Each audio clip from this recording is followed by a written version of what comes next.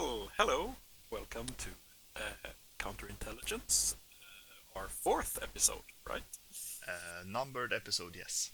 That is Yes, correct. yes, yes. Yes. And today we're going to talk about the military orders of Pano, the Knights. Yes, this is. I I got the opportunity to play them, borrowed some models and try them out, and God, it's always interesting to try to build list for factions you haven't built anything before.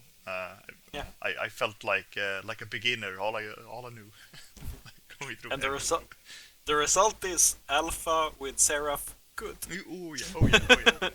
And I feel like if I didn't forget about like my own profiles, I would have won that game as well. It felt Oh, really so nice. so so much. You Yes. would have won it so much.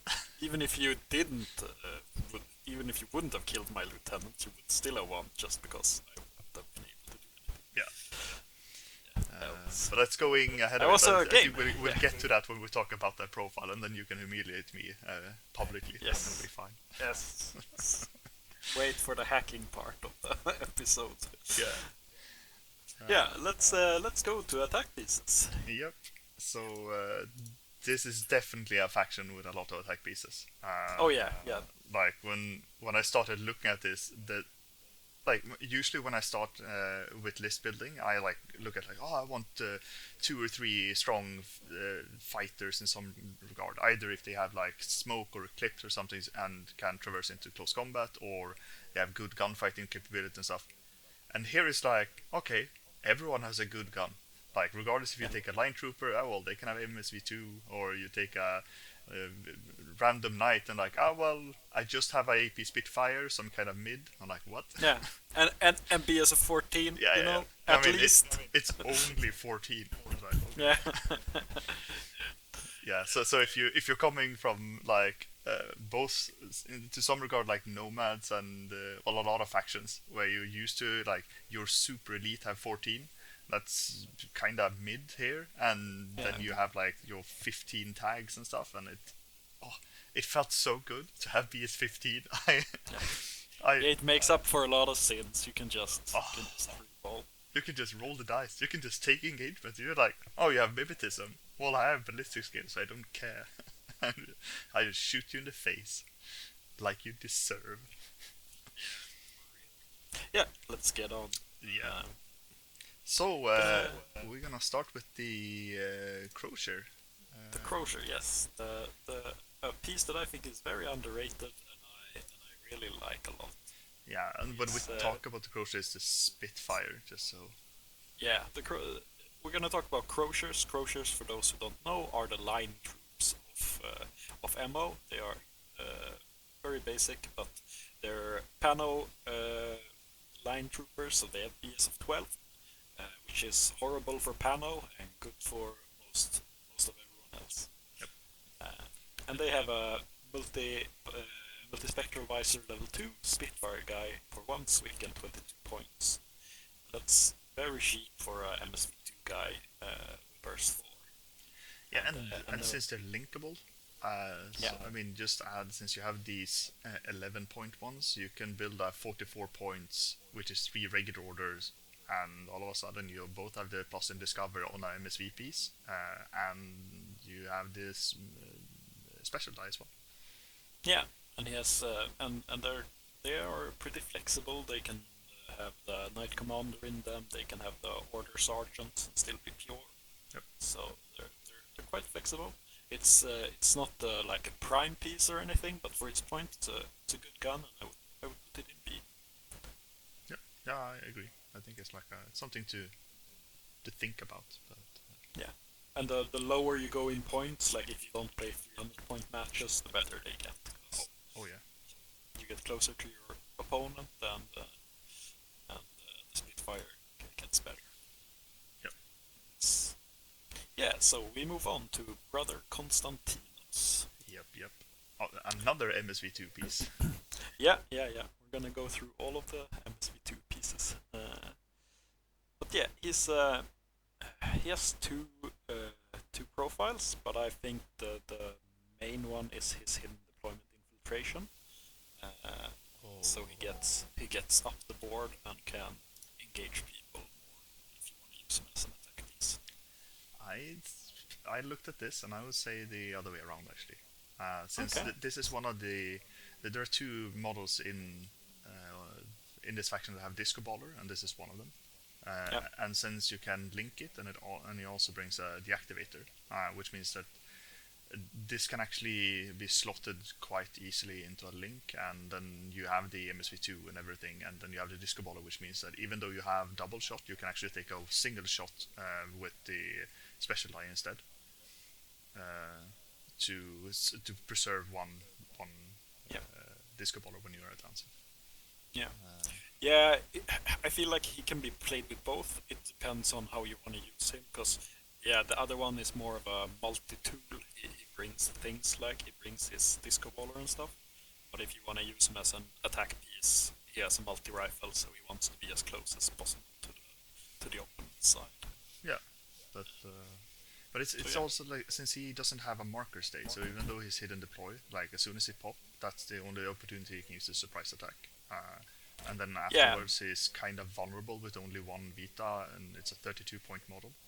Especially since when we continue on and looking more at other profiles, you have the infiltration, which you're probably gonna use anyway. So I feel like it also slots into it's a bit difficult to like justify this the heavy cost of 32 points. Yeah, I think he has the problem of wanting to do too many things. Like he is built in part to be an attack piece, but he's also, we're gonna mention him in the specialist part. But yeah, he wants to go different directions. It feels like it's the MSV2 when the minute is -3. It's very clear that he wants to get in and shoot people, but he's also one move, as you say. Yeah. So, And that's why I think the FTO, like, because then you can have him in a team where the team does other things, and when he gets into his range, he's really gonna punch hard, yeah, like above his weight grade, which is nice. yeah, yeah, and he has assault pistols too, so he can, if he's in the team, he has burst 5 at those close ranges. Yep. Then he goes boom boom. So I would say like the hidden deployment one I would put pretty low, but the toolboxiness of the other one I put in B. I actually I would put them in C regardless. Okay. I think Yeah. I would argue for the FTO, but I think I'm gonna struggle to have him in the list.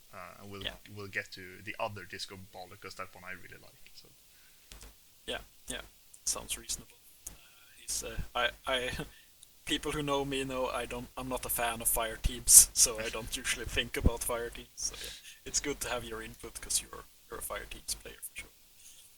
nom fire teams.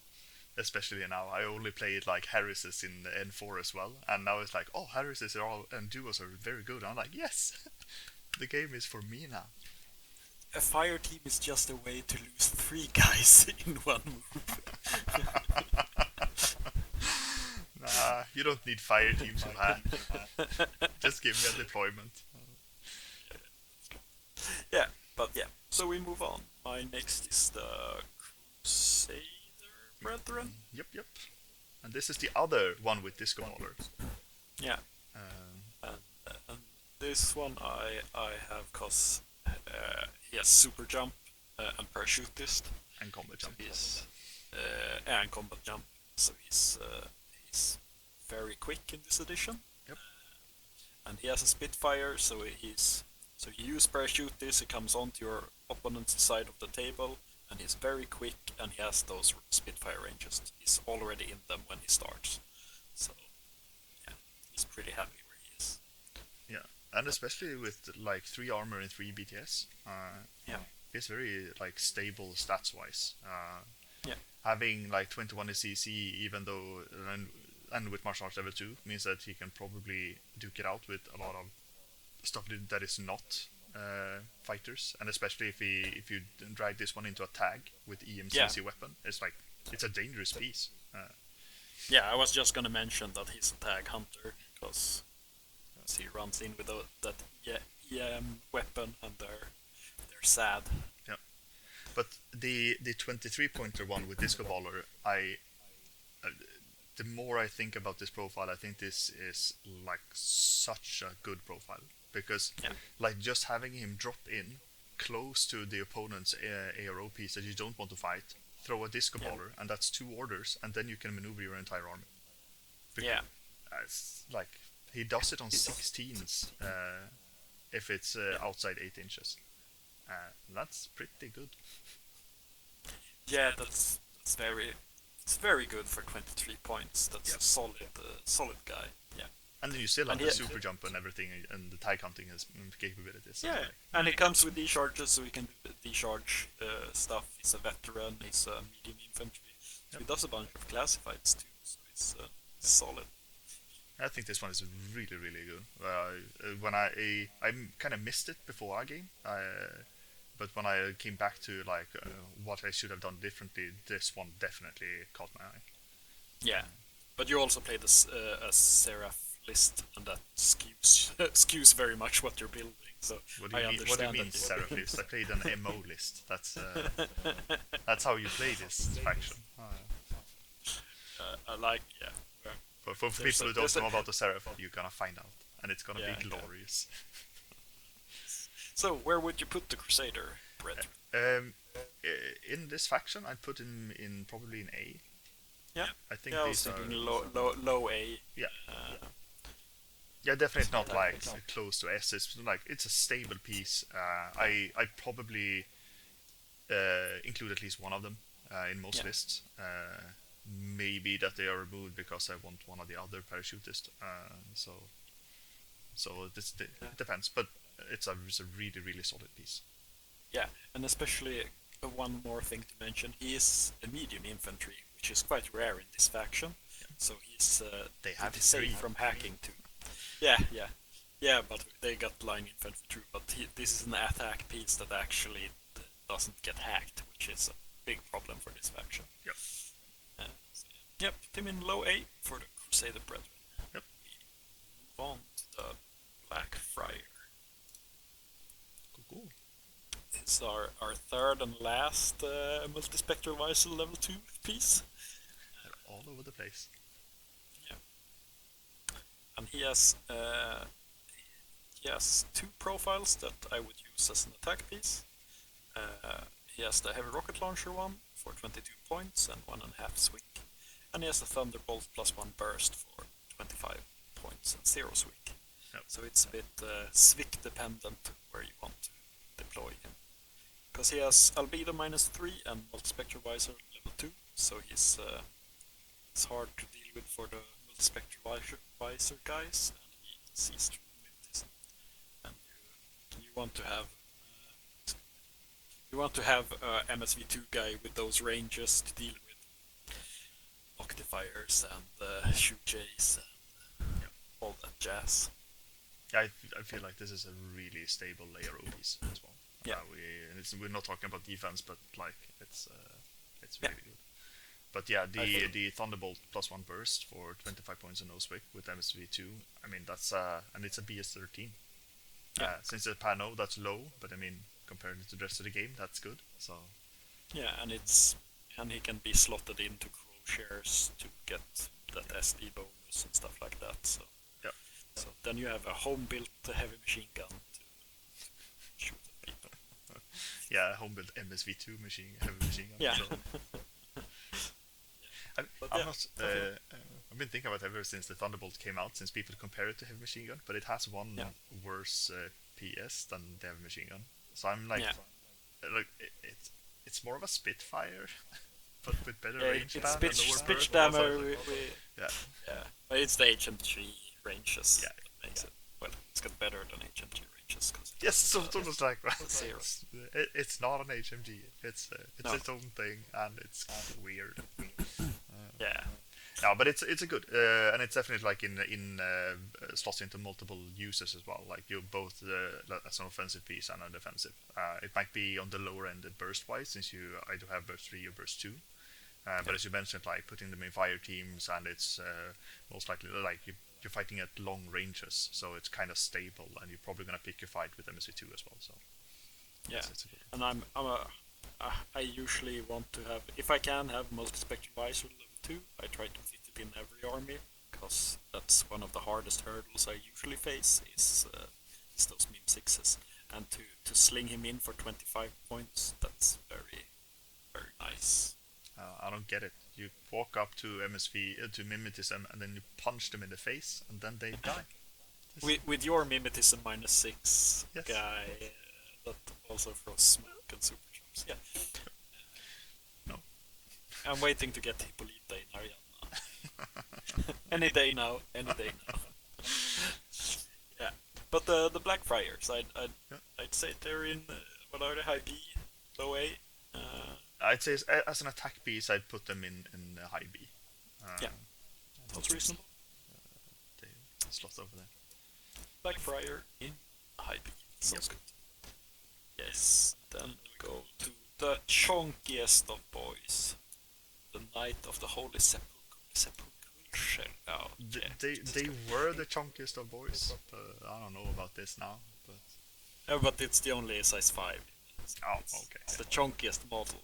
And they take so much space. This is a hollow projector one, so you're gonna have 3 of them on the table, and they have AVA2, so you can put 2, so you have 6 of them. So just buy the models, ruin your economy, and go nuts. Yeah, this is like MO is. It's one of the best gimmick factions if you just want to do weird schemes, because they have so much weird stuff that they can do. If you want to Like, put a lot of chunky boys on the table, then this is definitely I'm the not. faction. I'm not saying they're good. No, But you can do crazy things. But yeah, this is yeah. To go through it, it's okay in CC with CC22. It has Natural Born Warrior. It's got a sad shock CC weapon, but can fight in CC if it needs to. The most important is it has a BS of 14. It's got armor of 5, BTS of 9, and 2 Vital, so it's very, very sturdy. And it has surprise attack out of that hollow projector, and it has Warhorse. So and the Warhorse and the BTS 9 helps it a lot against hacking. Oh yes. Which is a problem since it's an HI. But yeah, it's The hollow projector helps as well. yeah, it's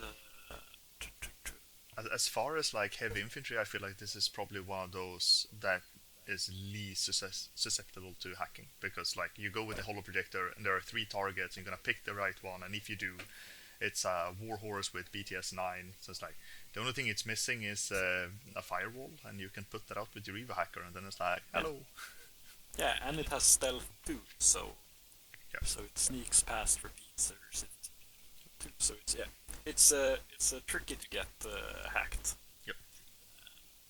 Yeah, it's also one of 3 sources of NCO in this faction, which matters because you have. We're gonna come to that later, but you have Lieutenant +1 Warder in this faction. But this is the only chain of command, right? Yeah, it's the only chain of command. Which is like It's to be when I 53 saw it, like points. 53 points per chain of command. On the other hand, like this chain of command is gonna stick. Yeah, I'm a little sad that he didn't get the AP machine gun on that. Yeah. Too, because then I would have been much more on it. But yeah, it's a +1 burst, and it's got the -1 to the SR, so it's some. I mean, Okay, it's range basically a AP Spitfire. Yeah. So Yeah, or it's a APM machine gun with POS4, which is quite neat. And it's also oddly just 1 Swick on its APM machine gun. yeah, you have to reduce it by half a swick because it's NCO. Yeah, I don't know. that makes sense. Ah. But it's a hefty 53 points. Yep. So it costs a lot. This like the half a swick that you mentioned, like this falls into when I build lists for MO. A lot of the time I end up with having like 2 swick over, like Yeah. spending 4 swick total in my entire army, and I go like, what happened? Isn't this a big gun? But they have so many ways to fight with like marksman rifle and other kinds of guns on good pieces, so they don't spend the swick as hefty. So I think like you can probably use it on. We talked about both the Blackfriar and also on the Crocier, where it's like Yep. cheaper models, but they take the Swick, and then your stronger models they can go Swickless and still Yeah, fight. So because a whole bunch of them costs just one Swick. Like all of their Spitfires basically cost just one Swick and stuff. So it's yeah. yeah, it's And a I mean, bit odd. and as we mentioned about this, like this is basically the multi-marksman rifle. This is basically an AP Spitfire. Yeah, And they have an and this AP one's free. Spitfire for zero Swick. Like, Yeah. okay, I pay nothing. It's a cool piece, but it's yeah. My gut feeling is it's very hard to get those 53 points of value out of it. Uh, so I have a hard time seeing it go over a B. Yeah, I agree. I also think it's a B. The only I'll put it over the Crochet, but below the Blackfriar. Yeah. The only like thing I would put for it is if you don't like fire teams, then it's a really good piece. Yeah. Because it's strong by itself. It's also worth mentioning that it's an AP heavy machine gun. And they are quite low on AP heavy machine guns, so it has a slot there too. And for coolness factor, like the miniature is so good. I love the miniature so much. But yeah, we put the Knight of the Holy something on S in hiking. And then we get to the first class. Don't look at the hacking device. It doesn't. It's not a hacker. You don't have to care. I'm gonna go through it. Then I'm gonna tell the story. This is a CC22 martial arts level 3. So it's a really good close combat unit. It only has an AP shock CC weapon, but it's on a PS5, so it hits hard, but not as much as you want. It's a BS14 with Spitfire, so it's a good gun piece as well. And with armor 4 and BTS 6, it's stable armor and BTS wise. And a lot of the heavier models have frenzy in this faction, and this one does not, which means that you will have your cover through the entire game, which is really nice. And for 46 points, it's nice. And then on top of that, it has a hacking device with Trinity, and it's a hacker, so it's a specialist with Whip 14, which is also very high for a panel. So it's super stable. And it can be your lieutenant. It can be your lieutenant. So I'm not saying I brought this as my lieutenant and then ran across the board into Wille's repeater net because I forgot it was a hacker. And Wille Trinity'd it to death. So it was like, oops. Which is quite a feat, because he has 2 wounds and BTS of 6. Oh yeah. No, that was so silly. I even ran into line of sight of the hacker because I had forgotten that I could just hack it. Especially since it had Trinity, I could just kill it out of line of sight. And yeah. So if you bring this one, remember the first one is always a hacker. That's. And I think it's a big reason why I would never play him as a lieutenant, because he's a hacker. So if they get into the repeater net or stuff like that, he can get isolated and you get a bit sad, because they know if you have brought your 53 point chain of command or not. Yep. And since when we're gonna get to that one with lieutenant, but since it's a whip 14, it's very. It shows that it's one of the possible lieutenants if you roll that on your lieutenant roll in the beginning. But as a piece, I think it's the only downside I would say to this. It's a 4/4 move, which is a shame. And you have a lot of that in this faction. Where you're like, these guys are really strong, but sadly they're 4/4. But he's very much a multi-tool, because he's good at shooting, he's good at CC, he's good at hacking and doing objectives. So I think he's very good. I would just not bring the lieutenant. He can also fit in fire teams, so with Crochers you can just have him and go nuts. He's a wild card, so he can go anywhere, and he's pure in hospitalers. It's really, I think it's a cool piece, especially if you want an extra. Since you have so much HI, it's good to have those Trinity to kill the hackers. It's very nice that he has upgrade Trinity, so he has a regular hacking device and a Trinity. I think it's real sweet. I think it's probably A in my gut feeling. Yeah, I put him in low A. Yeah, Uh, sounds good. he's definitely strong. And as you mentioned, like for this faction, I feel especially when you pay those like 4 to 6 points, you need Yeah, the model to either be able to perform objectives or manipulate the fields in more than one way, and he does yeah, that, which is pretty nice. yeah. I think of him as being like two hospitalers. He's the gun hospitaler and the specialist hospitaler baked into one model. So Yeah, it's like I fix, I do things. it's funny that you Yeah. start talking about Hospitaler because we're gonna talk about Hospitaler now. Yes, it's so the first one he goes into low A. So Yep. hospitalers. Yes. These are your heavy infantry guys. They're 4/4 move. They're CC 22, BS 14, and they have armor 4 and BTS 6 and 2 Vita. So they're very chunky. They got frenzy and martial art level 2, and they all have double action CC weapon with POS 5. So they're really painful to run into if you're like a werewolf or something, because they beat your ass. Yep. Yeah, and they I got I the HMG and stuff. So yeah. They this is one of I looked at these ones. I mean, they're for this faction, they're like on the lower end point wise with like yeah, 26 to 32 points. yeah, But I feel like they are so expensive for what they do because they have frenzy. If they yeah, didn't have frenzy, I think this one would be very fairly costed and would be a very like nice. But just having the fact that I killed something on my first turn, now I don't have cover anymore. yeah, Is you can't have that on a gun piece. Like they stop functioning. Like it doesn't matter if you have BS 14 because all of a sudden it counts as you have BS 11 basically because your opponent yeah, has plus 3 to hit. yeah. That's And that's even worse than just having these 11. Like you want to have them as low odds as possible. yeah. Yeah, And yeah. I also think like dropping the armor as well. Like if you said, "Oh, you can pay 32 points for a BS11 armor one piece," you look at like, yeah, okay, well you're crazy. yeah, yeah.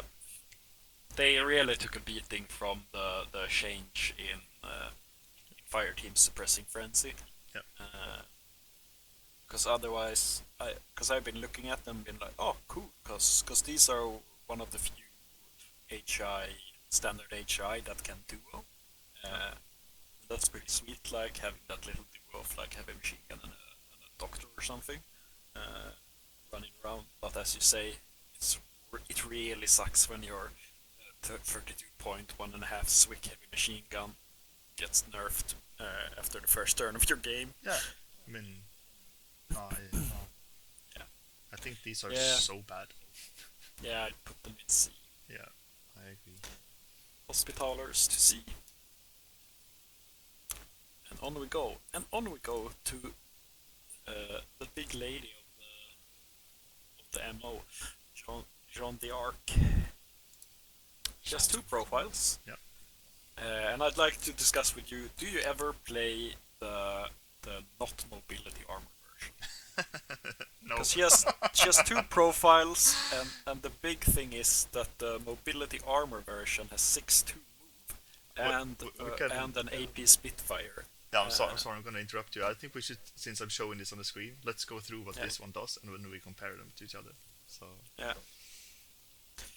yeah. So the first one then we have 23 CC and we have 15 BS, and 15 BS is freaking sweet. She has 15 fist, she has 15 whip. Yep. Like she had 15 in her stats. I wish she really had 15 solid. armor and 15 BTS as well. That would be nice. That would have been 15 Vita. level. Let's go. Size 15. Yeah, she's got armor 5, BTS 6, and 2 Vita. Yep. And the first version has the X Visor. It has BS attack -1 saving roll, frenzy, immunity to shock, inspiring leadership, martial arts level 3, no warning cap, religious, stealth, and tactical awareness. And she's got a multi rifle and a pulsar +1 burst and an explosive CC weapon PS4. Yep. So it's a very loaded profile. A lot of stuff, yeah. Yeah. And with the this X is Fighter a with the bolt rifle, she actually can fight on good ranges, especially since yeah she's with the a BS15. So Yeah, and she's got tactical awareness too, so she has two orders that she brings to the table. Yep. She has frenzy, so she has a bit of that problem, as we talked about. But she's pretty dope. Yeah. But yeah, let's check the other one while we're talking Yeah. about her. She has the same. No, okay. She has 6-2 move, so she has instead of 4-4. Yeah. She has the same CC, same BS. She has one lower fizz, same whip. She has 2 lower armor and same BTS, 2 Vita. She keeps her X visor. She gets dodge plus 2 inches, which is really sweet. Frenzy, immunity, shock, inspiring leadership, martial arts level 2, no wounding cap, religious, stealth, tactical awareness, and terrain total. So she gains terrain total and plus 2 dodge and loses the SR minus 1 that she had on her other profile. So she has less armor, but she's much faster. Yeah, and it's funny that you say she loses the SR minus 1, but she gets an Yeah. AP Spitfire, which means that if you compare it to the Oolong, which had a multi-rifle, which is basically with SR minus 1, is an AP Spitfire in your active turn. So she still has an AP Spitfire? Yeah, but the other one is one less burst too. So yeah. Yeah. This is only better. Like the I don't. It's nice with extra armor because you're gonna frenzy, I guess. So Yeah. then she's armor 2 instead of armor 0 if you count like she can't have cover. But yeah, the 6-2 movement is definitely the setting. Yeah. Like the amount of times that makes a difference it happens all the time, like constantly. Just especially when you're moving and shooting. Yeah. And like compared to the Knight's Hospitaller, I'd say like her frenzy, it's still a problem.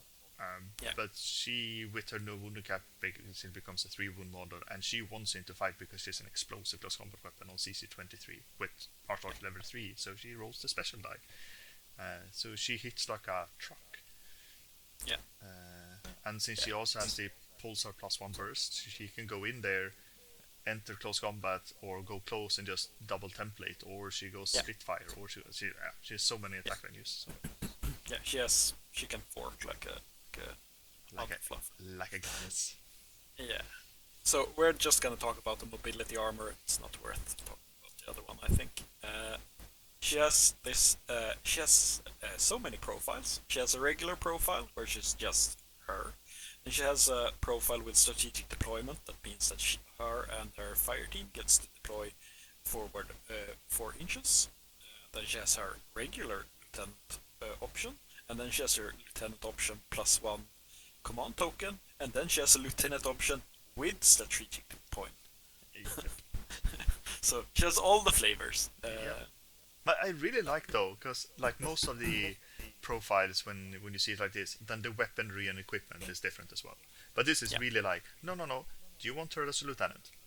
Oh, you don't. Okay. Do you want strategic deployment? Oh, you don't. Okay. Then this is the version you want. Oh, you want lieutenant? Okay. Do you want the strategic deployment? No. Do you want an extra command token? Yes. Okay. There you go. How many points do you have over? Do you have points over to get the command token or not? I'd say you probably always take the command token though.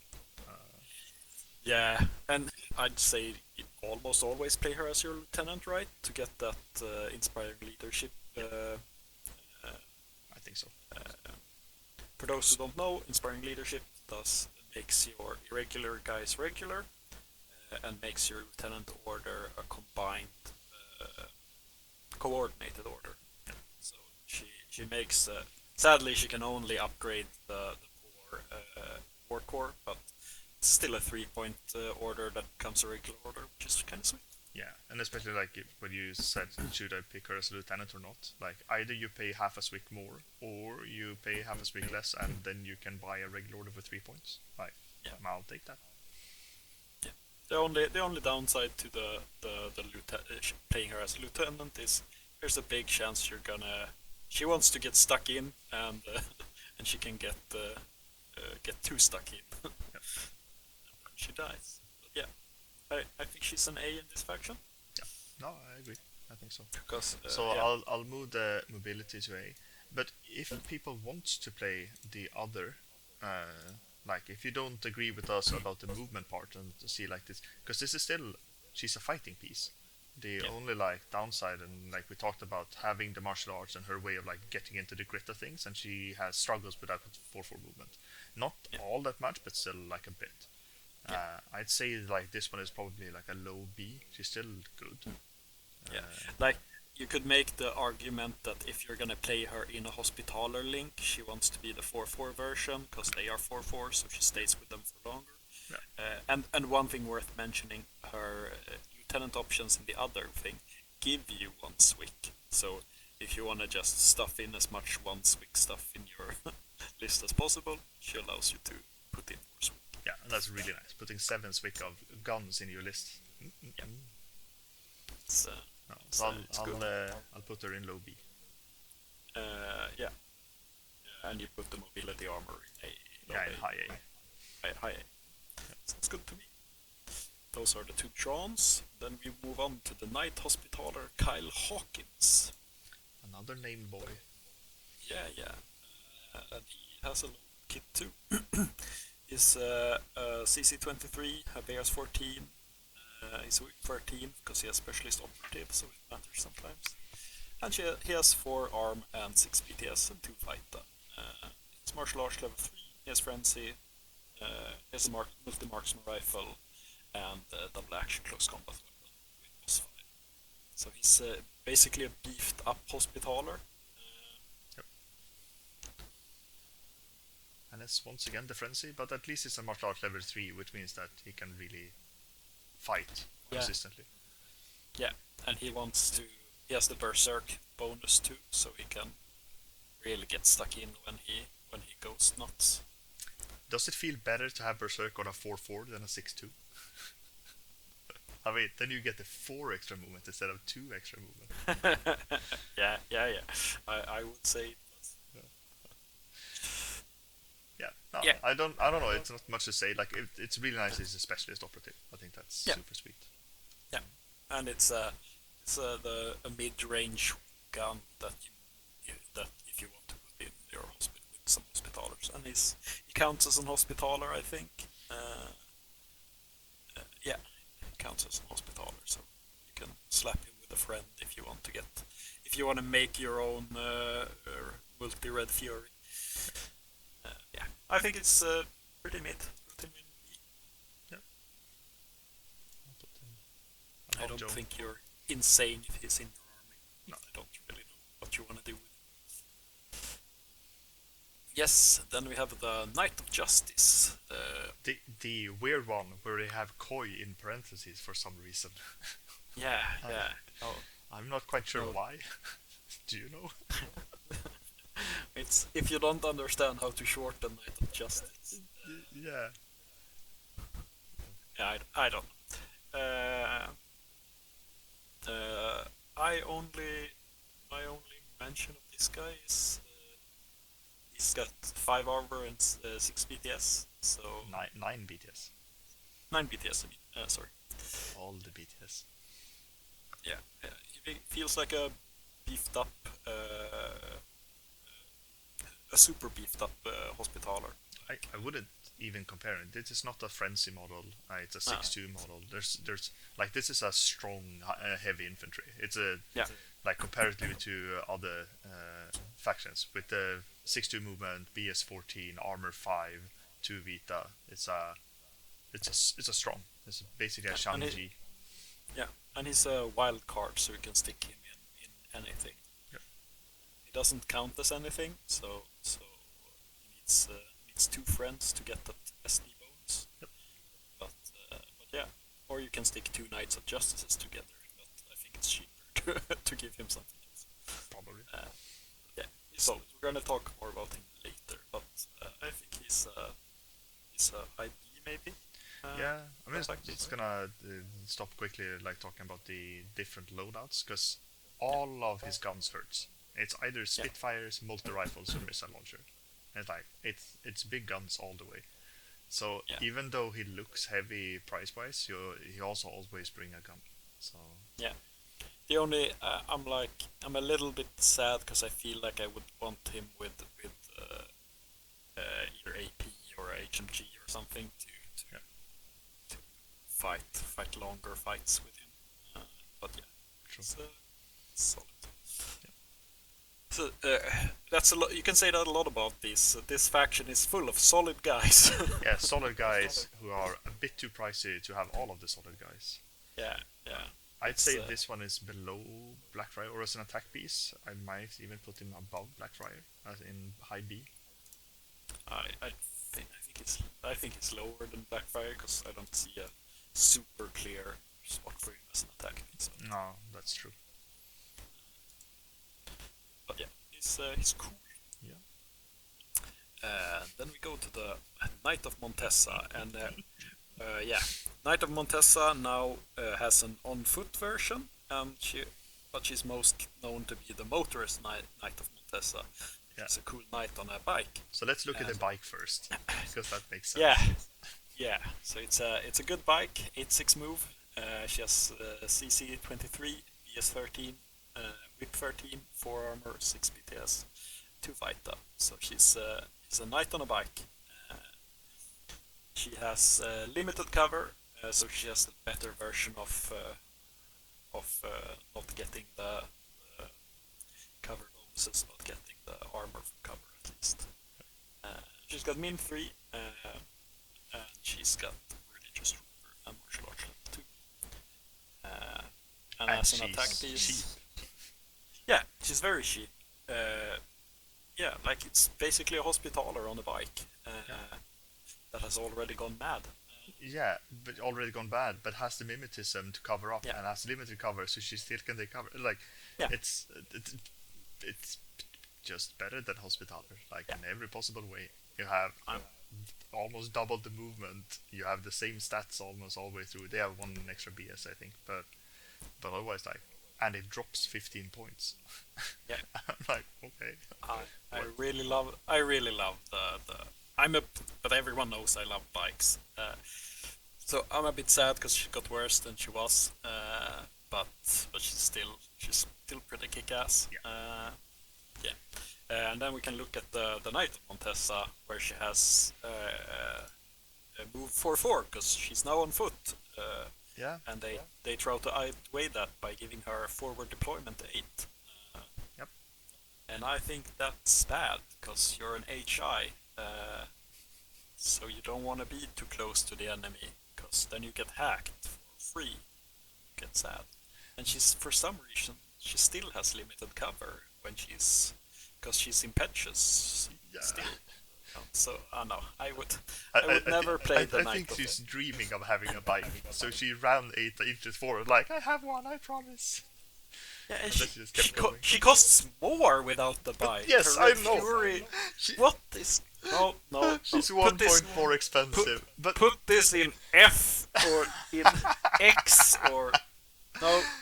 But if we stop and like, if we skip history and actually look at the profile and look at viability, the forward deployment 8 inches in this faction is kind of rare. Like, you have some infiltration, but I feel like as you mentioned, since it's an HI, it gets easily hacked, and the only reason you would want it there is because you can use it during your first alpha strike to spare yourself 8 inches and like get past some of the possible like layout of the terrain. And then she uses the pitches order, moves forward, shoots something, and then it's probably the Red Fury, I guess, that you want to use. But then if we use your counting, she's BS 10 then. Yeah, I know. I'm not saying this is good. I'm saying that's like maybe that's it. But no, I think she's crap. Yeah, I'm like the only way I think you should use her that way. No, I can't. No. I'm sorry. I think this model is shite. Yes. Put it in D. I'll put this one in D, and the motorized. Where would you want that one? The motorized, I think, is as an attack piece. I think it's okay, so I would put it in B because it's quick, but it's only got a Red Fury. We're gonna talk about her more in her real role, which is being a specialist. Yeah. Yeah, but yeah, the motorized Knight of Montessa is a B, I think. Yeah. Now we're gonna move on to our good friend Philip's baby, Padre Inquisitor Mendoza. Flame the flame. man. The man, the beast. He has 22 CC, 14 BS, he has 4 armor and 6 BTS, 2 Vita. He has Berserk plus 3, he has BS attack continuous, he has CS attack continuous, he has dodge plus 3, dodge plus 2 inches, forward deployment 8, frenzy, immunity shock, martial arts level 2, immunity to minus 6, and religious trooper. He can be armed with a heavy shotgun and grenades, and a boarding pistol, and double action close combat weapon PS6, or a multi-rifle PS6, grenades, and boarding pistol, and the same DA-CC weapon. This one, the amount of text on this, but basically like, every attack is continuous damage, so everything is on fire. And it's a cool one. Yeah, it's very, very cool. I understand why our friend Philip loves him so much, because he's just a fun piece to play. Yeah. Like everything is it's horrible to face him because everything that happens to you is bad. Like if you don't have martial arts and he bursts into you, he hits you on 28. Yep. With a burning double action weapon. Let's go. Yeah, and he got the boarding pistol, so he still has templates. Yep. So yeah, and having even though it's just one template, it's a burning template. That's scary. Yep. Basically running around with a light flamer, and yeah, and those he spec fires grenades within 8 on 10s, and those are burning grenades. 11s, PS14. Spec fire is on grenades is on Fizz. Oh, it's on Fizz. Right. Sorry. Yeah. So it's 13 plus 3. Yep. Yeah, he's really fun, but he would be so much better if he has 6-2 move. Yeah, it's one of those. I didn't even look at it because I was dazzled by all of the other things happening on this profile. But yeah, the 4-4 move is definitely hammer. Yeah, but he's very cool. You're not crazy if you play him, but it's not the first thing I reach for in a fight. Yeah.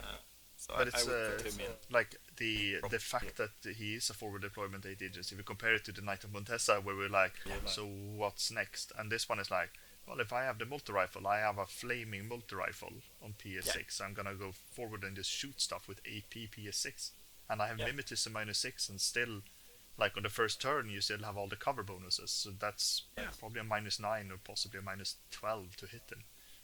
Yeah, and he can be in the midfield. Like he's as everything in this faction, he's afraid of hackers. Yep. But if there's a lack of hackers, like if you put this guy in suppress with a burning multi-rifle with minutes -6, even if he doesn't get the cover bonuses because he's murdered someone, it's still -9 to hit him. Yep. Like, and he is a beast. And if you get hit by those AP fire PS6 rifle rounds, like that can really hurt your stuff. Yeah, you might die. Yeah. That's he's really cool. I'd say he's hard to play to get those 45 points of value out of him, but yeah, this is a faction if you just want to put cool pieces on the table. Play MO. Also, like if you don't face hackers, you're gonna have a field day. He's gonna move around and kill stuff. It's But it is this faction's bane is hackers. So. Yeah, I'd put him in B in the middle or something. I'd put him above black. I think like if you bring him, he's a really strong one. It's more of a like, do you want to bring him? But if you do, he performs. It's like comparatively to a lot of other 40-point units in this faction, he's actually an immediate threat for your opponent. Like you have to deal with him. You can't just leave him alone because if you do, he's halfway up the board and he's gonna go in and kill stuff. Like for sure. Yeah, and when he gets in, he's beast. Yep. Yeah, he's scary. Yeah, that sounds good to me. Yes. Those are in B. Then I have where are we? Now we're coming to the O12. Sorry, it's the other way around. The O12 borrows this one. It's Knight of Santiago. The Knight of Santiago. This one I want to talk about because this might not look like a monster to you when you look at him first, but he has one of my favorite combinations of skills. He has super jump, jet propulsion, and can have a killer hacking device, which means he So can. I'm gonna pause you right there, just so Yeah, there are two combat jump profiles down here. So we have one with killer hacking device here for 38 points. That's the one that yeah. Will is currently talking about. So yeah, Yes, continue. yeah, and like he, I wouldn't. Yeah, you can always try to combat jump him, but this guy can even be just placed on your table.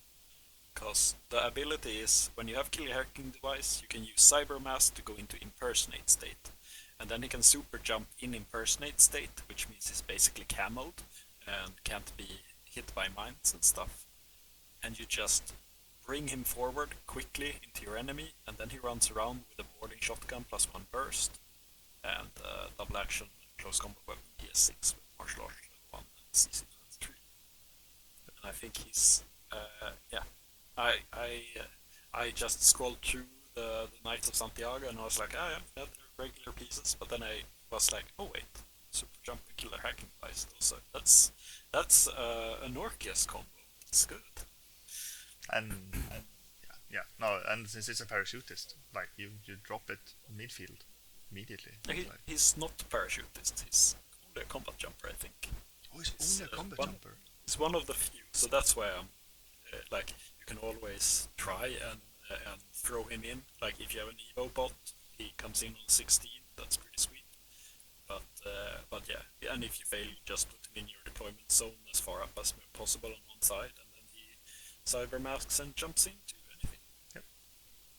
Yeah, I think he's a real. That specific profile is a real beast. I'm not that impressed with the other profiles he has. And the fact that it's a 4/4 movement that doesn't have super jump jet propulsion unless it's the combat jump profile. Yeah. Like like as you mentioned, like spending 2 points to get it into a killer hacker, and that's the only difference between these two. Like having the marker state is so good. Yeah. Since it's already an HI, you're already susceptible to hacking, so it doesn't matter that you become a hacker either. So it just means that, oh, you want to hack me, then I'm gonna Trinity you back. Yeah. So you have more defense. It's a buff because they're like, I'm gonna hack you. You're like, great, I'll hack you on 16s. Yep. And since he has that marker state, he just goes past the repeaters that he doesn't want to fight. Yeah. Yeah, and that boarding shotgun plus one burst is a really nasty gun when he gets close. Yeah, auto cover, he hits on 20s, so Yeah, and you get them out of cover. It's Yep. super. Yeah, it's that profile I think is a clear A. yeah, for sure. Very high A. Put it in the highest of A's. Yeah, I love that guy. It's my favorite favorite thing right now is marker state super jumpers. Favorite to play? How is it to face? I heard some mumbling about Nightshade and you grumbled and did something because... The Nightshade is... Jesus Christ. What did they think? What were they smoking? Yeah, now we're gonna talk about a real bad attack piece. The Teutonic Knight. Yeah, He can these ones got hit hard. Yeah. Teutonic Knights used to be a real nightmare to face because they just went in a Harris and ignored their impetus and shot Panzerfausts at you and you got sad. But now they can't suppress impetus. They're impetus from the start. They have limited cover, which is the better version of impetus, but still. Yeah, it's a bit rough. They're still dodged on 17s, Yep. so they're a bit cracked that way. But yeah, I just mention it because it's one of the three NCOs is the Teutonic Knight Spitfire. Yep. So you might look at that and be like, "Ooh, that's cool," but then it's like, yeah, but you have impetus that puts you down. Yeah, so I just wanted to mention that as this is not the gun piece you want to use.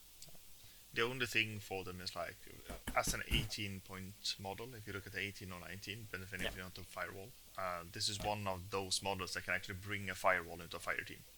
Yeah. So you can have it for that purpose, because then you still have a corner guard, because, I mean, if they're defending something that is close, you either hit them on 19s, or if they're just outside it, you can still dodge on 17. So it's kind of hard to actually dislodge, especially with 2 Vitas as well. Yeah. So they're a bit harder to kill than you actually might think when you see 3 armor 3 and it's it's a 19-point model. Yeah, we're gonna talk about them. I'm gonna talk about them in both the defense part and in the hacking part, just for the reasons you mentioned. So. Yeah, but as an attack piece, I'd say they're D.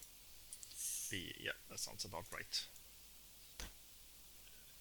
Then we have the Crook's Knight. It's the guy that I always think is size 5, but he's size 2 for some reason. So the Crook was size 5 for sure. Yeah, the Team Crook's Father Knights. These are new, I think. They are 6-2 move. They have good CC with 22. They have B's 14, V's 14. They have 5 armor, 6 BTS, and 2 Vita. They have Albedo -6, so they're really good against those MSV pieces. They have Berserk. They have the BS attack +1 special dice, which the +1 special dice that follows you into like suppressive. It stacks with fire team bonuses. It doesn't cap out if you get to 6 and stuff like that, so it's really sweet. It works in ARO as well, right? Yeah. And they have martial arts level 2 and natural born warrior, so they're pretty dope at fighting. Yep. And they have they're also specialist operative, so they're very multi-tooly. These are so good. They like if you look at the different profiles, they have 2 forward deployable ones with some machine guns, flash pulse, D-charges, and then they can have either crazy koalas or armed turret combat rifle. Or you can have a multi-marksman rifle PS5 instead, and have the crazy koala as well.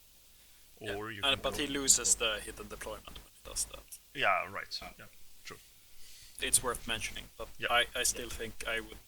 Yeah, I feel he's a piece that he wants to have over 8 ranges, so I don't like those hidden deployment profiles as much. No, I agree. And I would even look at the FTO profiles even more, because either you have the multi-marksman rifle PS5 or the Spitfire, and regardless of which one you take, you have drop bears and D-charges. So, I mean, tossing mines on one of these profiles. Do you throw mines on SMB as attack? Yeah. So you have special die on throwing mines. Yeah. Yep. So if you're in a fire team, you have 2 special dice on throwing your drop bear. Yeah, he's gonna nail those mines. And he throws it on Fizz 14, so and they get +3, so he throws 3 dice on 17s within 8. Yeah. Or he can throw it on 14s on 0. Yeah. Yeah, he can the multi-marksman rifle is worth saying. It has PS5 too, so it's a really mean marksman rifle. And it's also one of those. It's a 0 Swick one again. It's a strong. It's an AP PS5. Sure, it's burst 4, but you have the special dice. So it's basically burst 3, but it's basically burst 4. Yeah. So it's almost saying like, oh no, this is my heavy machine gun, but for 0 Swick. Yeah, for close fighting ranges, which can be real good. Usually your HMG falls off when you get close, and this guy doesn't. So and like he can be in an FTO, he can be in a fire team as you say, and then he gets 2 SDs. Yeah, it's real mean, and he can take a few hits too. Yeah. That arm 5 BTS 6. Yeah, because like the fact that you have the 3 dice on a BS14 in ARO is huge. But and with the multi-marksman rifle, it's a DA as well. Yep. You don't just fight this guy. You have to prepare it somehow, and you can't smoke trick him really, because if you do and you do use MSV through smoke, he has albedo -6, so you shoot him at -6 as well. You just lower everyone's odds. That's all you do. Yeah, I think he's really good. Yeah, it's strong ball. He has strategic deployment, so he can pull that fire team closer. Yep. I want to put this in A. Yeah. And put it just below the Knight of Santiago. Yeah, Father Crook's Knight. now we come to the longest of. Yes, now we come to the S, the Seraph, Yeah. the armored cavalry of the military order. This is probably the most cracked tag at the moment. Yes. Uh, he has. They have so much good stuff. Like they have dodge plus 2 inches. They have a dodge on fist 12 for some reason, so higher than usual. They have Gizmo Kit 13. They have martial arts level 1. They have NCO on all of their profiles. They have remote presence, so it's easier to heal them with engineers, and it's harder to kill them, which matters a lot now because they can get the auto, what's it called, the auto repair kit from the speedball, which means that he has to take 5 hits in a single hit to be killed alt right. Uh, yeah, and he has the craziest combination ever: super jump 8 and super jump jet propulsion. This tag goes where it pleases. It's a quick boy. And so fast. It goes 16 inches if nothing is shooting at it. Like, it's such a monster. You played it against me, and it was like 2 orders, you're in my deployment zone, and causing mayhem.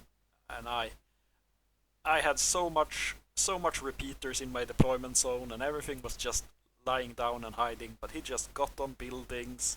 And he's like, oh, I see a little bit of the base there, boom boom. I see a little bit of the base there, boom boom, that's dead. Oh, there's a guy poking out behind the house there, he's dead. Such a monster. Yeah.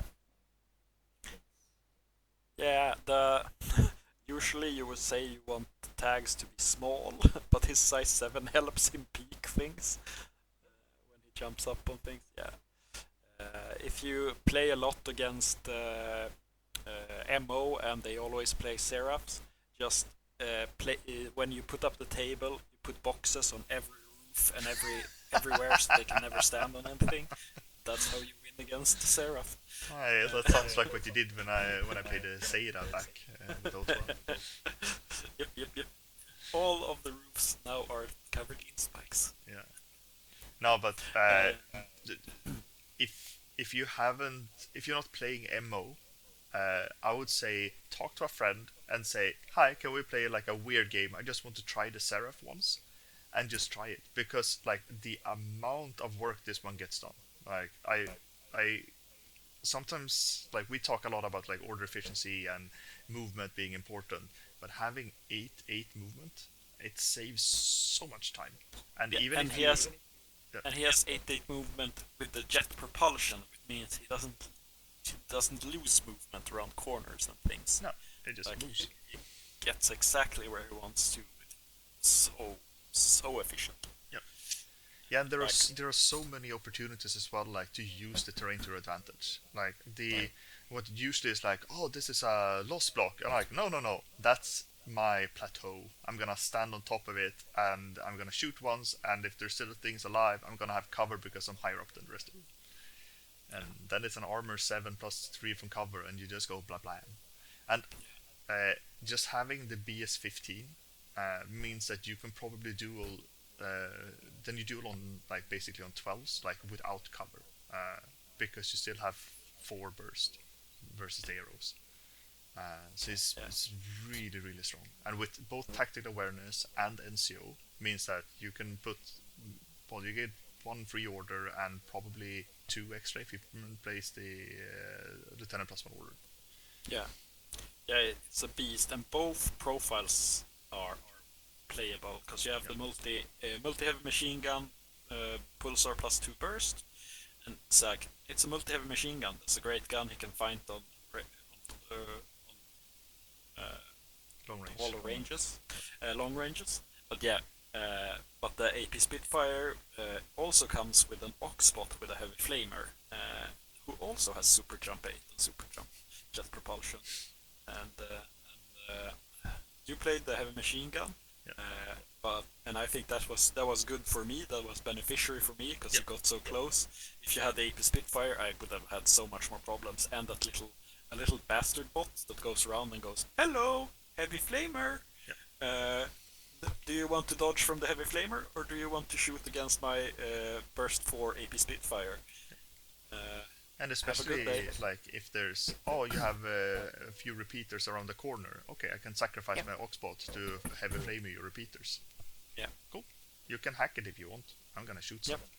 Yeah, I'm okay with losing my 4-point heavy flamer bot. And I've heard people talk about it. I don't know if you ever gonna get in the situation, but if you pop out the Crabbot Auxiliary remote, you have two peripherals, and you can go in with all three in close combat. So you have a burst 3 Seraph, and it's on 23 CC with explosive close combat weapon PS4. That's gonna kill. And it's got martial arts level 1, so it's you down 3. Yeah. And when it hits you, you go into bits. Yeah. No, there's. Why is this 72 and 74 points? How is this fair? Like. It's insanely priced. Yeah.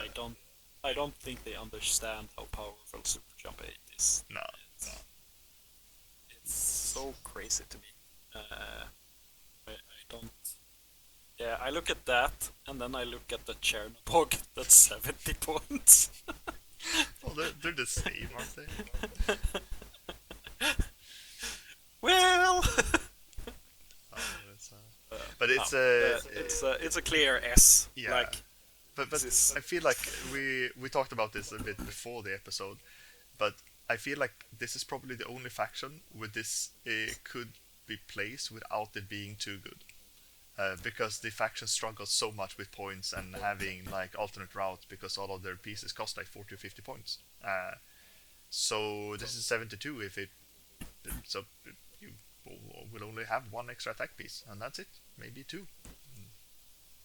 So. Yeah, but at the same reason, this is like the soul piece that says whenever someone says like Alpha Strikes aren't too strong in this edition, I'm like, have you heard about the Seraph? Because the Seraph has heard about you and it's coming right now down the chimney. Do you think it's ever worth to take two? No. As I wrote to you, it's a little sad that they can't duo. Yeah. Because if you wanna skew, that's the silliest thing you can do. I'm just waiting for someone to actually pull off a 2 Seraph list, and you're gonna go like, okay, yeah, sure, it's gonna be fine. There are some tags that can duo and stuff. Yeah. And I'm like, how does that work? They must fall out when they pop out their Crabbot. Because that's a peripheral, and you're not allowed to have peripherals when you're in a fire team. Yeah, that sounds about right. Then you break coherency, or break the rules. So. Yeah. But Seraph, it's the most S of SS. This is the craziest profile in Infinity right now. It's definitely the top tier. Yeah. It's, if you get a chance, play it, because it's gonna be fun while it lasts, but they're gonna come with a nerf hammer for this. I mean, to be fair, it's just for a fun game. It's even fun to watch it. To just like, but you're doing what now? And you're like, okay, you're playing a different game entirely. You're moving ways you shouldn't be moving. You're killing people left and right, and you're like, okay, well, I guess that's it. It's not as fun to be on the other side. Well, we misinterpreted. This is like when people talk about the bear and they have these nightmare stories about them. You're like, no, this is the thing you should have the nightmare stories about. Waking up in the middle of like, it's a Seraph. No. It's behind me. It's only a bear. It's okay. No, it's great. So it's great. Yes, let's move on to the other tag that was the big bad in the last edition. Yeah, the tick. The tick balang. It's a smaller tag. It's a size 6 tag, but it's a Pano tag, so it has BS15. It's got armor 6 and BTS 6. It's got climbing plus, which is still useful on tags, because tags on roofs cause damage. It's got mimetism -3. It's always nice to have mim on a tag. It's also got remote presence and tactical awareness. And for some reason, this version has CC attack -3. When you want to go into CC with that CC 17.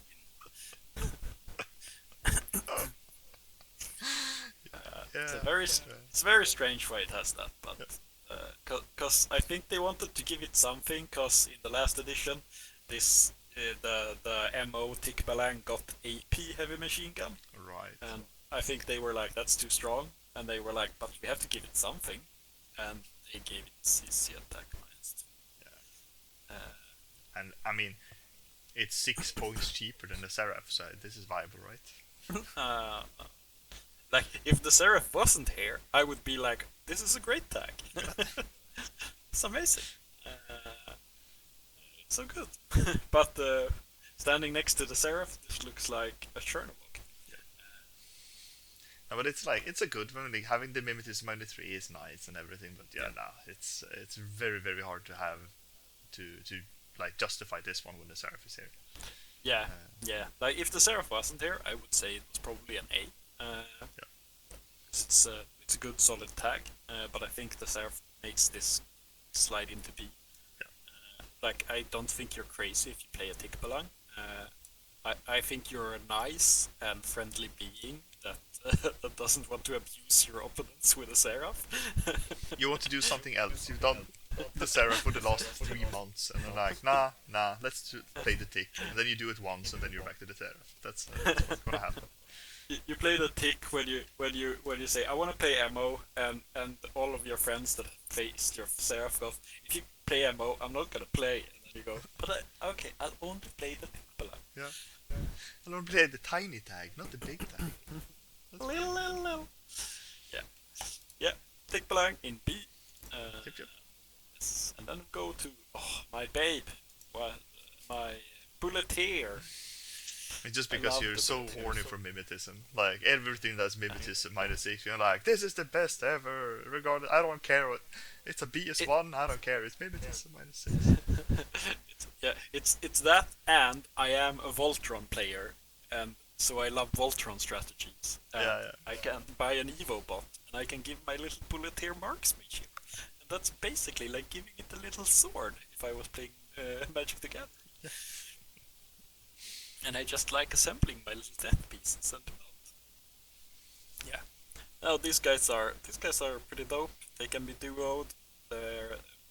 They can either have a heavy shotgun +1 burst for 19 points, or they can have a Spitfire 1 Swick 22 points. They got BS12. They got armor 1. So they're pretty soft, but they got Mimetism 6. They got remote presence, so you can get them up again if they go down. Yeah, you can duo them, and then you get burst 4 shotgun or burst 5 Spitfire. And as I said, you can use your Evo bot to give it marksmanship, and then it's basically BS15. That's just fun to run around with. Hard to deal with. They can go into suppressive fire and stuff like that, and they're a repeater, which matters sometimes. Not so much in MO though. I think you're wrong. We're gonna talk about that later. Okay, sure. But yeah, regarding this, I feel like for me this ends up in kind of a similar cordon like a lot here. It's a aggressive piece mainly. Like, if you take this as an ARO piece, sure, you have Mimetism -6 and the Spitfire, so you have okay range bands, but then all the burst just gets nullified because it's an ARO. Yeah. The fact that you can duo them, I think, is really neat, because 44 points for a special die for Spitfire with Mimetism -6 is nice. Yeah, or you play a 19 point and a 22, and then you push forward with it, and then you swap to the shotgun when you start to get in close ranges. Yeah, that works as well. But the problem with these ones is the size. Like, you're probably playing the Seraph. If you want to play like the bike and 2 of these, and you play 2 Mule bots, all of a sudden, I mean, you don't have much real estate left in your deployment zone. I think we have to, when we talk about things, I think we have to not think about the Seraph all the time, for otherwise you would be like, yeah, but you have the Seraph, so. Yeah, but even if you skip the Seraph, since this faction struggles a bit with like cheap orders, you're probably gonna have two mule bots, Yeah, and two mule bots and two bulleteers means that you have four size 4 bases in your deployment zone, and that's a lot of real and estate. then you play the Sepulcher, and then you have the Montessa. My point, like, there's so many things that takes a lot of space in your deployment zone, which actually is something that I think about when I do MO list, because I might even go down to not playing 15 models because I don't have the physical space to put them. Because they, like, how would I maneuver them? It's really easy to pin them down or do other stuff. So it's a weird space, but like stat wise, they're really good.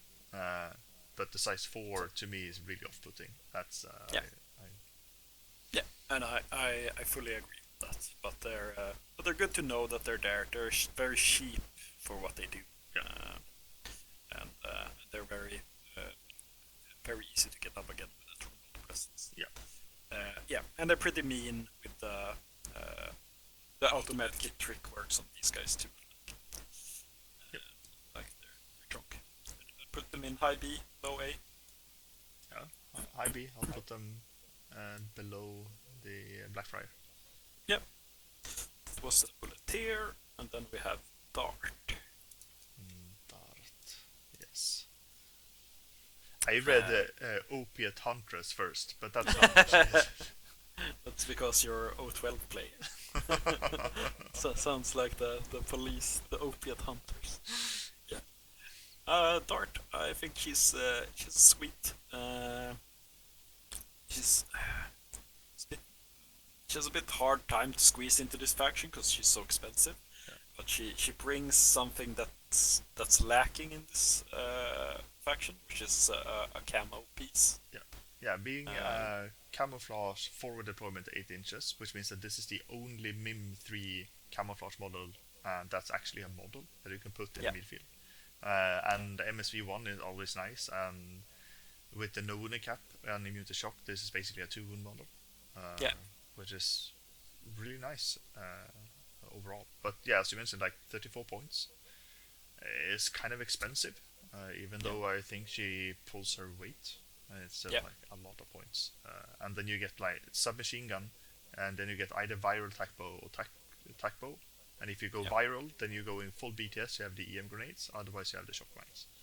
Yeah, and I think I would always play the viral one because getting in close and spec firing EM grenades on tents, it can really destroy some teams. Especially if you do it as a surprise attack. Yeah. On something that doesn't see you, then you have a -6 dodge. Yeah. Really dangerous. Yeah. I really like her. Like, she's hard to fit in, but I think she's worth trying to fit in because she brings you a complete other angle. Everything else you have is very straightforward. It moves up, it shoots at you. There's no tricks around it. That's what I do. Like, but Dart does actually other things. Like, she goes into camo and gets where she wants. She's pretty dangerous when she gets to do what she wants. Yeah. So it's a shame she's not a specialist. Yeah, I really thought she was a specialist operative. She felt like she was. But no, sadly no. If she was that, I would put her like really high. But now I think she's low A because she brings that. What's it called? Another attack vector. Yeah. Which you would call. Yeah. I can agree with low A. That's I'm on it. Yeah, worth knowing. Dart, low A. Yeah. And lastly, in the attack pieces, it's worth mentioning the Trinitarians. These guys are ES12, 1 wounders with 1 armor, but they got camouflage, they got hidden deployment, infiltration, mimetism -6. Usually not using them as attack pieces, but they can be used as that. But I would not do it because you need these guys as your defense. Yeah, and in a mall. you need them as your specialist. Yeah. It's maybe if you need them as a scalpel, because like since this is the other camouflage, if we talk about dart, this Yeah. one is like 2/3 of the points, and it's a min minus Yeah. 6 instead. Yeah. Which means that you can probably go up and kill something with these guys as well. Like if like Yeah. this piece really has to die, and just kill it. Yeah. That's why I mentioned them, but I won't say they're good.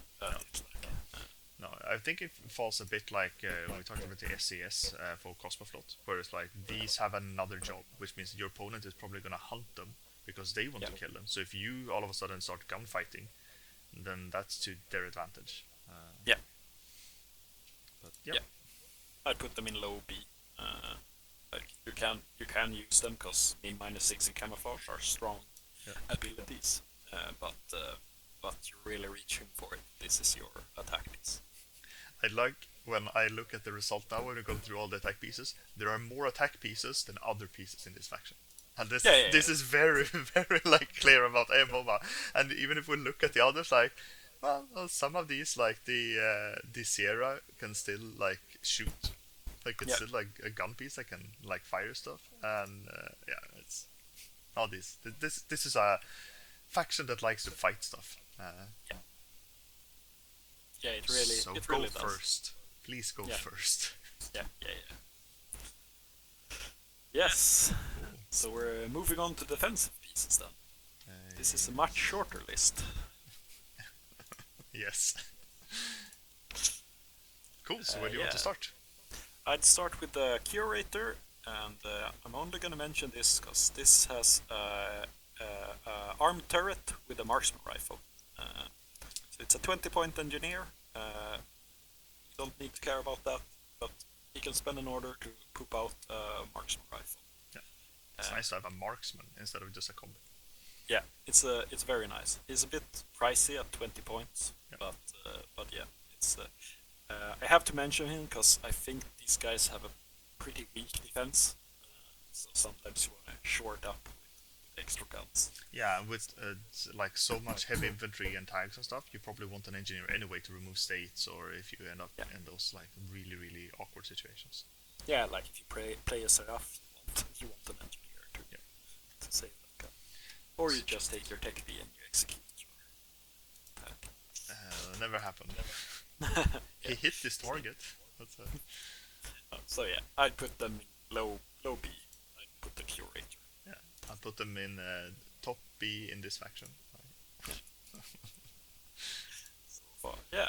Then I'd move to the Order Sergeants. Yes. And I just want to mention these guys because they have a profile with an Oxbot with a heavy flamer. So that's mainly why I want to mention them, because you can have that nasty flamer bot as a corner guard. Is that the only reason you're talking about the Order Sergeants? Because to me, the 15-point heavy rocket launcher, since you can have this in a duo really cheap. Yeah. It's like it's so cheap to have this as a standing arrow. Sure, it's only BS12, but still, like having the 2 dice on it, and actually not having to spend the order from all of your precious attack pieces. I think this is a solid one. Yeah, it's okay. Like it's very cheap and that's sweet, but it's gonna die fast. Yeah, sure. But then it's gonna crit, and then you're gonna be happy. Like. Yeah. I'm just used to paying like 18 or 19 points for something similar. So it's very cheap for what they do. Yeah. They also slot into the crocheters and counts as pure with them, so you can have an 11-point crochet with them. So it's a 26 point for that first 2 rocket launcher. Yeah. And if someone gets close, you just assault pistol them. For some reason, you have that. It's the same with the Frontalix. They had the heavy rocket launcher, 19 point, but with also assault pistol. I wonder if that's like a thematic thing, like people who like rocket launchers want cool guns as well. Yeah. Like, look at my big rocket launcher and my big guns. Yeah, but yeah, we put them in B, I feel, the Order Sergeants. Yep. That sounds good. And then we go to your babe, the Raven Eye. auto-include. Worth mentioning because he's got that EM mine that he gets to place. And the E Marat. Yeah, and the Imrat. So he's basically guarding two corners with an EM template. Yeah, it's just a solid 12 pointer, and since this is MO where you have like 4 sheep orders that cost under 10 points, and then you're starting to use crochers that cost 11. So paying 1 extra point to get that mine layer and a forward observer. It's a order monkey that guards corners. I'll put it in A as a defensive. Oh, okay. You don't agree? I think it's strong to say it's. In this faction, I'd put in A. Yeah, this is actually one of the like prime defense pieces, I'd say. Yeah, I can say that. It just hurt to have a deployment mine as an A. Yeah, and then I want to jump all the way to Blackfriars. Skipping the Warcore, yeah. Yeah. Even though he's a specialist operative. I saw Diomedes talk about it like, I don't like this rule. I use my Warcore as an ARO. I don't want them to get a specialist kill when they kill my Warcore. Alright. Wow. Yeah. I agree. Yeah, Blackfriars, we've sung their praises. They got Albedo, they got MSV2, they got Combat Instinct on the heavy rocket launcher one. Yeah, so they get to shoot. Yep. And surprise doesn't work on the heavy rocket launcher. Yep. Like this is why I have a hard time putting the escort sergeant higher, because I would like this guy rather. Yeah, I'd rather pay the 7 extra points to get this one. Yeah, because seeing through smoke is just super strong. Can you do you need 2 Corsairs, Crochers for this to be pure? Yeah. Yeah. Because that would probably be the only like upside for the other one, because then both of them are just cheerleaders, but also standing arrow. Once this one. But you usually have Crociers's as they are your sheep orders. So, and you can have your Knight Commander count as a Crocher, so you can have Crocher and a Knight Commander and a Blackfriar. So yeah, it's pretty easy to slot in, and I'd say they're A in this faction. Yeah, I'd say they're above the Raven Eye. Yeah, I put them in high A. Yeah, and then I jump all the way to Knight of Justice. Knight of Justice. No, that sounds about right. And I just want to mention the Knight of Justice with a missile launcher in a fire team is a BS14 armor 5 guy with 2 wounds. Yep. He can just stand there, shoot missiles at your opponent, and then if he takes a hit, he go, okay, I'll lay down now. Yep. It's a really strong. Yeah. And anytime you're dueling something with BS14 with a missile launcher with 2 dice, you're sweating a bit. Like, yeah, and having that, like, he has armor 8 in cover, so it's really hard, and having those 2 wounds, so it's hard to move but it's also very painful to put a 41 point dude on hero duty. But yeah, I think that if he wasn't 41 points, I would put him higher, but now he's like a high D, I would say. High B. It's really hard to I don't know. Feels like wasting 40 points of your attack piece. On the other hand, like it's the whole like how you build your list. I feel like he definitely has a space, especially since you talked about before. Like you can have the Knight of Justice, 2 Knight of Justice, and then you have your team, and you go with that. Yeah. The only thing is usually this guy wants to stand like on something, so he has a good view. So it might be a bit slow climbing down. Yeah, but then you can play him a bit on, like in a different way than you usually do it. Or you protect. But he's there as an option that I think is totally okay to play with. Yeah, definitely solid. Yeah. So So high B, maybe low A. Now that you talked him up to me. I'll put him in high B. I agree on high B. Just Yeah. feel like they're trying to justify the point cost mainly, Yeah. because because I do agree the justifying 40-point models, they need to perform.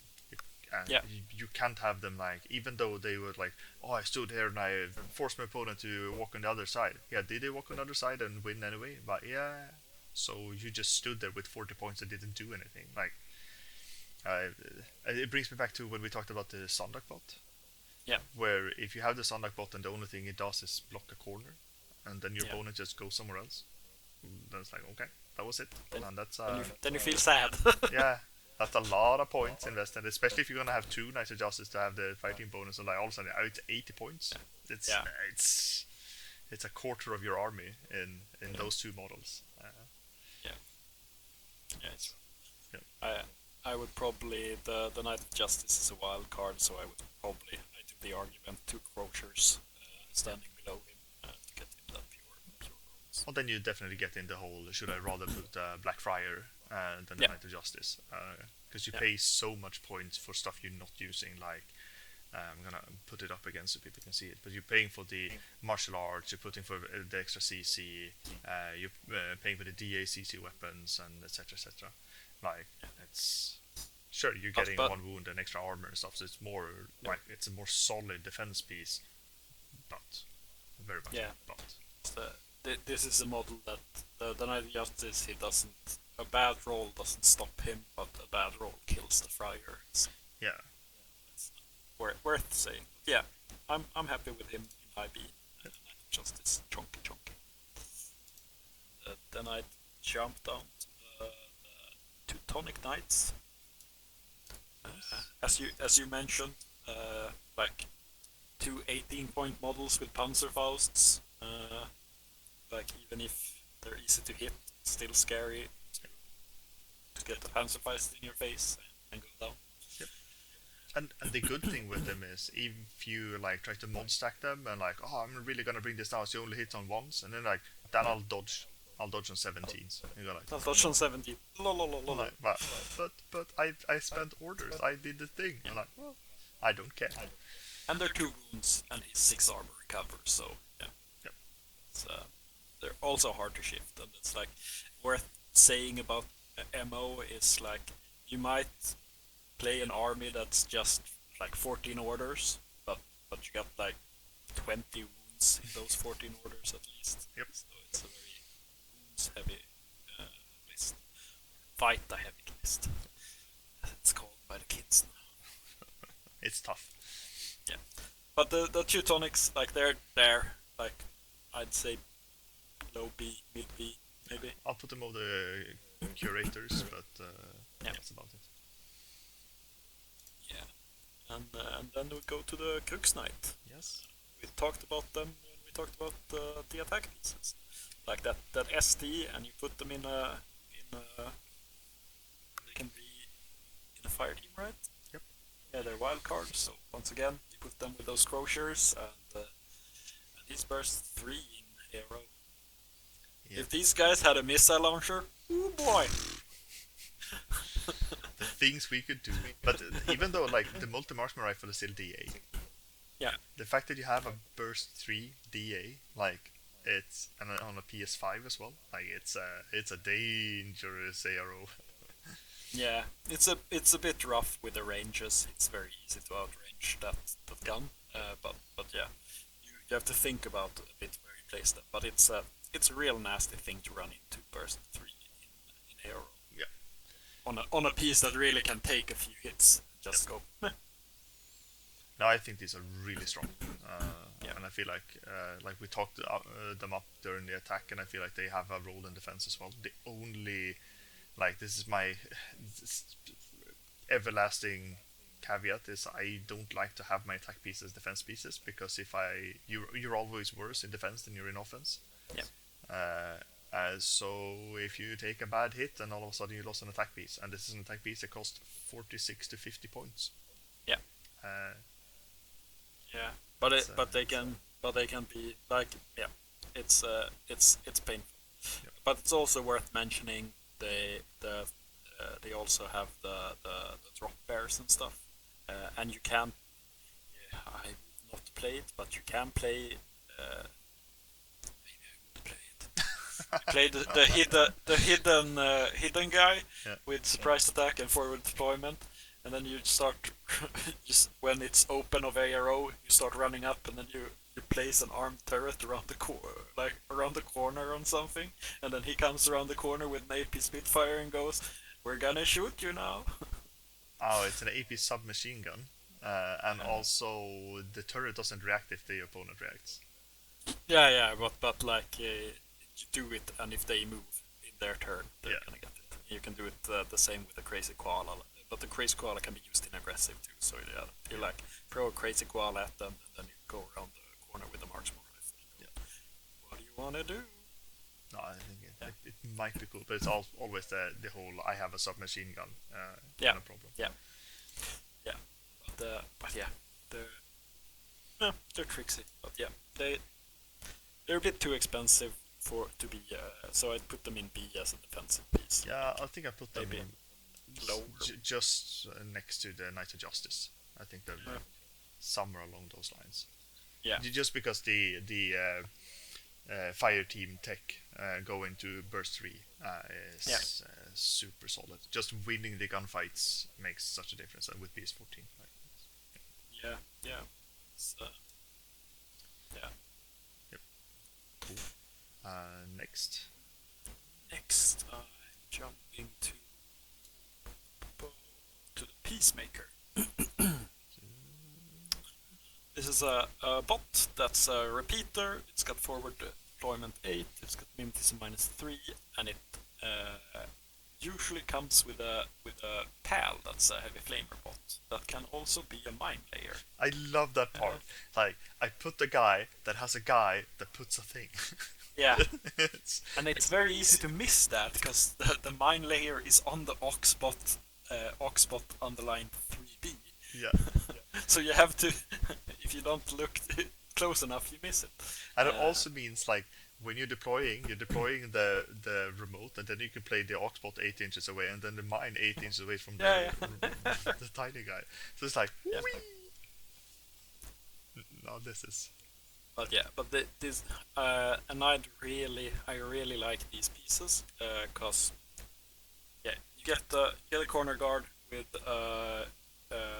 flamethrower, you get a shock mine, and this faction has a hard time with the midfield defense.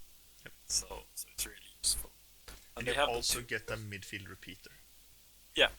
and you have two flavors. You have heavy shotgun versions, or you have warding shotguns that have BS stack +1 burst, so they can be a bit aggressive if you need them to. In the like if someone is in the midfield and it's your turn, you can walk these guys forward and blast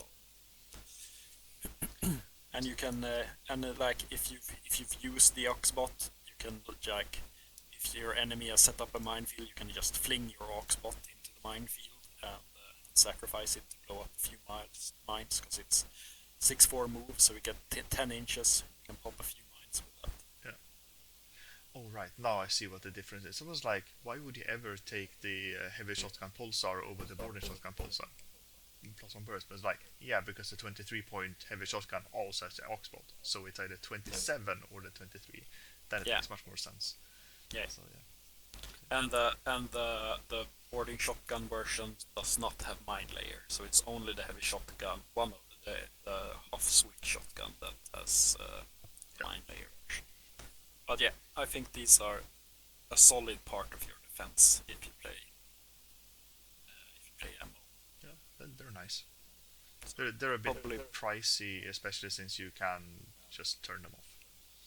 Yeah, but yeah, I think but 24 points for a mine layer and an Oxbot is pretty good because you can hide the Peacemaker. The Peacemaker can be like a bit behind, and then you have those in the front. Like, have fun, hack my Oxbot if that makes you happy. Yeah. No, that's definitely a thing. Like having this one as a corner guard but further down, and then have the mine and the flamer a bit further up, so have as the first line of defense. So you know that they always have to have a fight versus the Oxbot before they even get to the peacemaker. Yeah, I and think this these is cool, guys. and this, even though it's a size 4, you can deploy it outside your deployment zone, so it doesn't take Yeah. real estate. So yay! Yeah, and Oh, it's a there's also the niche trick that you can do. Like if you face impersonators, you can hold one of these in reserve because this is 3 models, so you can place the mine, the oxbot, and the peacemaker around that thing and just be yeah. You can activate your fide and you can punch my peacemaker. I'm gonna be sad for that, but most likely I can just get the peacemaker up and going again, and you will take a heavy flamer template and you will take a mine template. yep, that is cool. Yeah, I'd put them in A actually. I actually can agree. Yeah, because it's that mine layer is such a good skill against camo. Because this faction can struggle against first strike camo and stuff like that. Oh yeah, yeah. So mines are good. Mines are nice. And then the Zero drone bot. MO is one of the factions that get 2 of these. This is the total reaction bot. So it comes either with a heavy machine gun or with a Thunderbolt +1 burst. The Thunderbolt +1 burst is 18 points, and the heavy machine gun is 23 and 1 swing.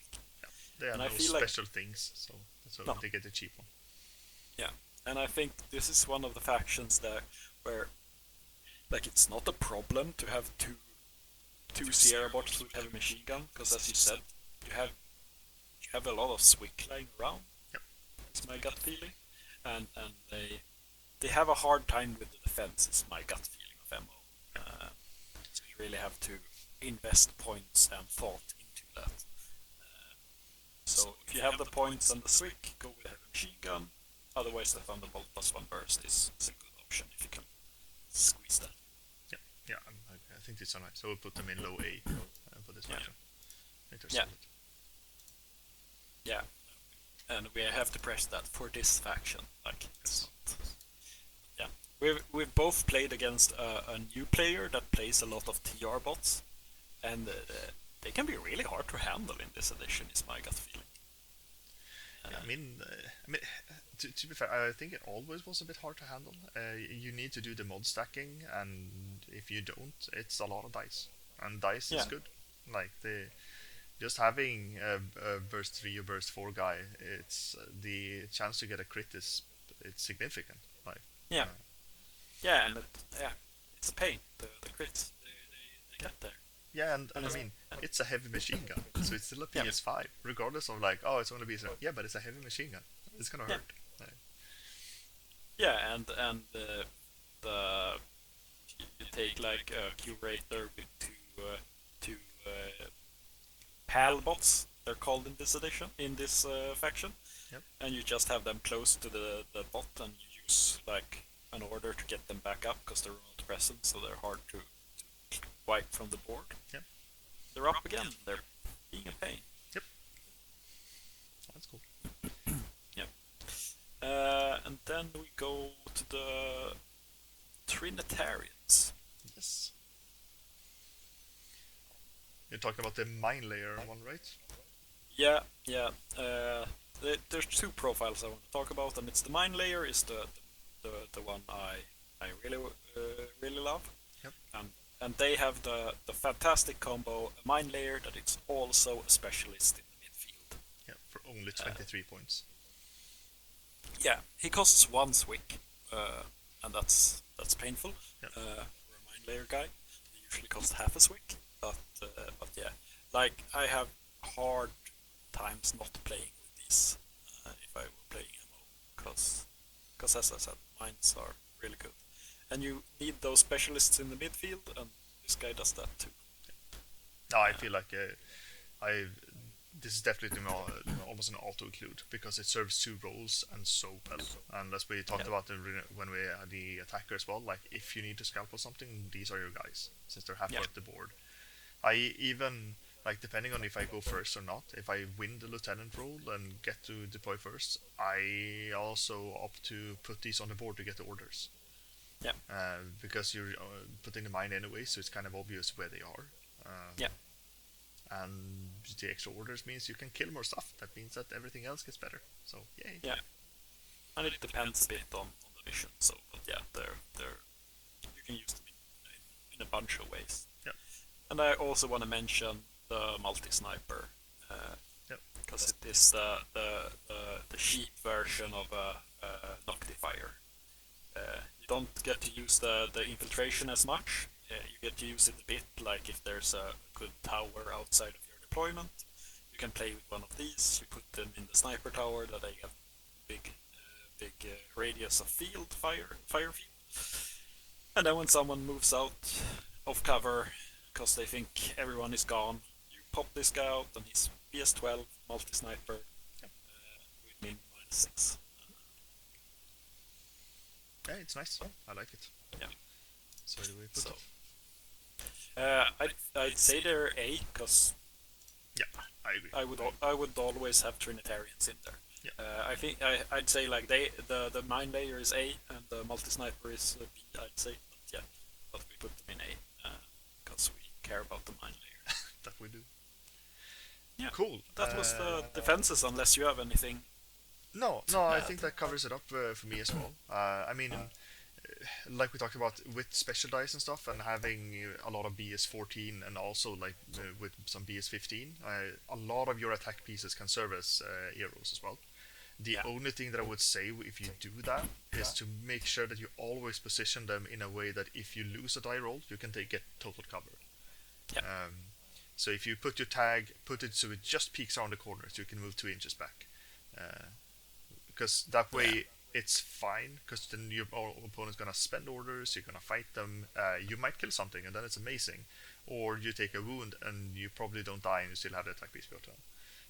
So, but as you say, it's very important that they can take cover, because nothing sucks more than losing your tag in the first turn. Yeah, especially for I think I can win a fight, and then like okay, then I kill you, and like but what? I have burst 5, you have burst 1. I win. That's the game. Yeah, and I will continue shooting a tag until it's gone, because it doesn't lie down, so it stands up there, and then you shoot it until it's dead, and then it's sad when it happens. Yeah. No, so that's basically it. So that's one thing maybe like we talked a bit about it, and this is more of a like in regards to like the entire spectrum of it, but the Seraph has the dodge fist 12, and if you're playing with the Tech B, which gives both dodge +3, that means that your tag has a dodge of 15, which is really good. Yeah, it's crazy good. I mean, most of the time you're probably gonna hit on 15s anyway, since it's a BS15 tag. But if they do shenanigans like smoke tricking, mimetism, and get you down to -12, you're still safe, which is super nice. Yeah, and you can dodge out of weird angles, or dodge into good angles that cover other things and stuff like that. Yeah, or avoid templates, or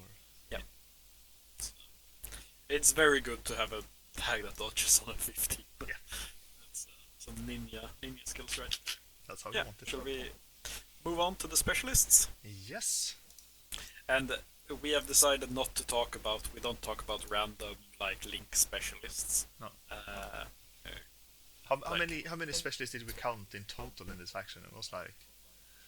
I don't remember. My gut feeling is like 17. Yeah. So it's about half the faction. That can be a specialist, which, like, comparatively to a lot of other factions, is kind of low.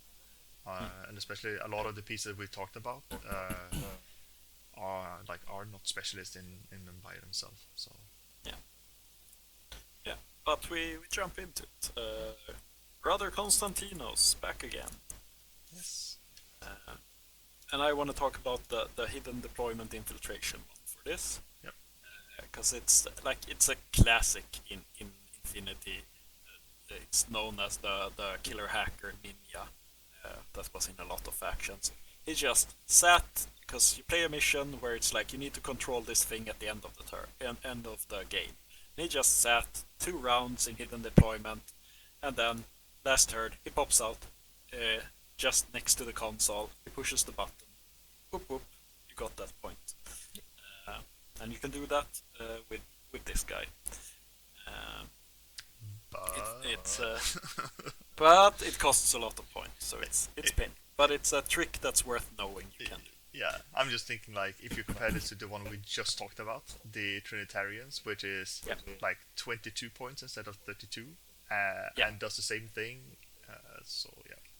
Yeah, but it's worth mentioning. So put him in C maybe. Yeah, good. I was gonna say C, and I was like, oh, I hope you don't have higher plans for this guy.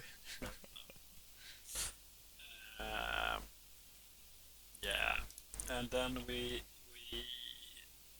jump to Curator,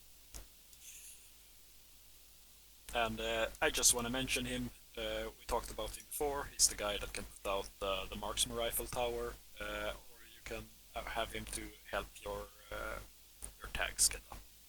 He has deployable cover too, so he does a bit of this, a bit of that. He's an engineer, and he can be in links. So yeah, he fills a lot of roles. So if you're gonna take a dude in your link, you can do that. He's a whip 12 though. Yeah, he's so bad. Yeah. But it's a little bit nullified by being a multi-tool. I mean, yeah, sure. But like talking about him as a specialist, I would say like to me, he's also down here, like in C tier. Yeah. Due to that whip 12.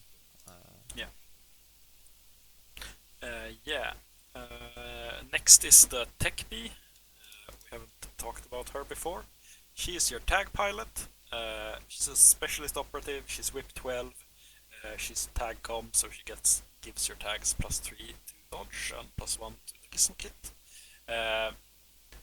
She's 9 points. She's incredibly cheap. You're going to have her in your list because she's your 4th cheapest order. So she's going to be there, and she is a specialist operative. Yeah. That's all I'm going to say about her. Put her in she's going to be in your list, so she's B, I guess. Yeah. I was going to say like as a specialist, meh, but you have her. Yeah. The only problem, like with most specialists, you don't want to move her if you have a tag because you don't want her to die. So you're gonna have that specialty operative, and late game it's a 4/4 movement, so she's probably not gonna do any objective anyway. So, but she's there. No, but she's there. She has that. Yeah. And then I jump all the way to the Crusader Brethren. Yes. And I just want to mention you can take a forward observer with super jump, and he's with 13, so he can and parachutes if you want. So you can either have him on the board and just pounce where you want, or you have him parachutist and he comes in from a board that gets to wherever he needs to push a button. So this is probably like I feel like this is your best specialist, probably. Second best. Trinitarians are still better, I'd say. Depending on where you're going to do things. Yeah, sure. But yeah, of course. I'd put him in A, because a 6/6 move specialist is very, very good. The only reason I might not put it in A is that we talked about the Santiago, which is the other parachutist combat jump one, and since that also is a specialist with super jump and all that jazz, and having we talked about Trinitarians, we talked about those. There's a lot of really strong units that are off the table. Yeah. So. But that's what I said. This guy can be actually on the table. Yeah. Because being 6/6 is because he's insane. He costs 23 points for being a 6/6 move forward observer. That's just it's so good.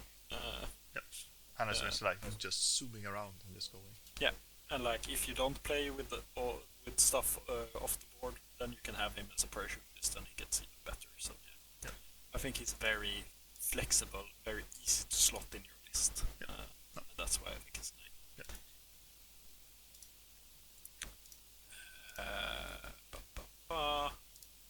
Then I want to jump all the way to the Knight Montessa, I think, on bike.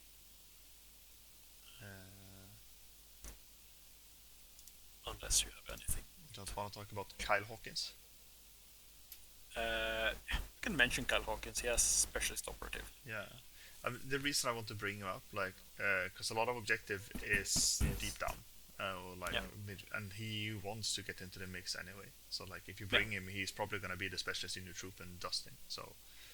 And if you play a fire team, he can easily slot in there. Yeah. He's a B, I think. Yeah. Like put him in B, just above the tech B. Yeah. Kyle Hawkins. Yeah. I love the fact that we haven't made any jokes about the tech B being in B, but I'm just gonna leave it there. It's the tech B tier. Yes. Yes. You want to talk about the motorized, right? Yes. Oh, did you want to talk about the unmotorized? Sure, we can start there for sure. You wanted. yeah. Don't play this. Don't play the unmounted. Never, ever. Nah, I know. I know this this episode's gonna go out. Philip's gonna listen to it, and then I'm gonna hear. I'm going to try it. Test on foot, just to fuck. I love that he went. I was like, well, prove us wrong then, Philip. And I'm like, I'm the wrong person to prove anyone wrong in this game. It's dice. I can't dice. Let Glenn play it. Yes. It's gonna just go through Deus Vult. By the way, I'm just sorry. I'm gonna interrupt there.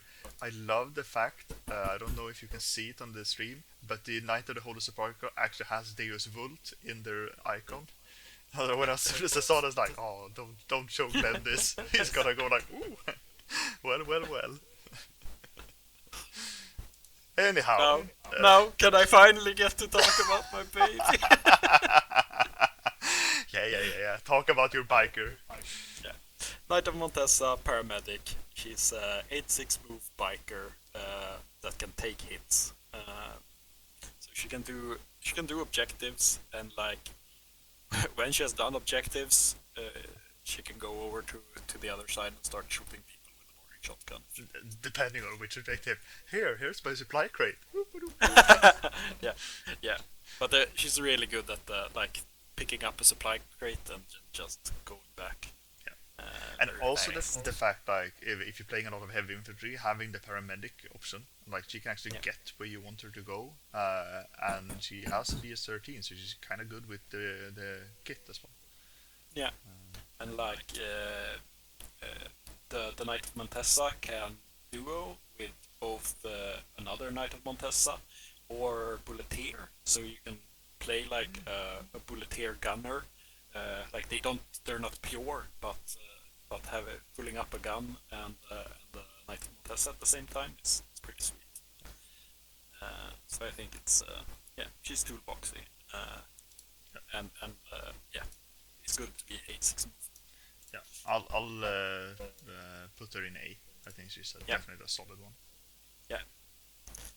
I'd even put her above the super jumper one. Okay. She costs the same. Don't you agree? Or? No, she costs the same. So it's the only argument that might put her down is your argument. She's fat. Yeah. So no, that's it's true. up to you where you put it in. But I dropped her down. You're right. Good. Yes, and then the Knight of Santiago. It's the either the hacker or the killer hacker one with super jump and combat jump. I mean, since we're talking about the super jump, you don't take this one. You don't take the hacker one because then you have a 4/4 without super jump. Like with no. There's some. It's only the killer hacker one. But isn't there a hacker one? No, the other one is not a hacker. Okay, sorry. I thought the other super jumper also was a hacker, but it's not. No, sorry. No, you just take the killer hacker. Yeah.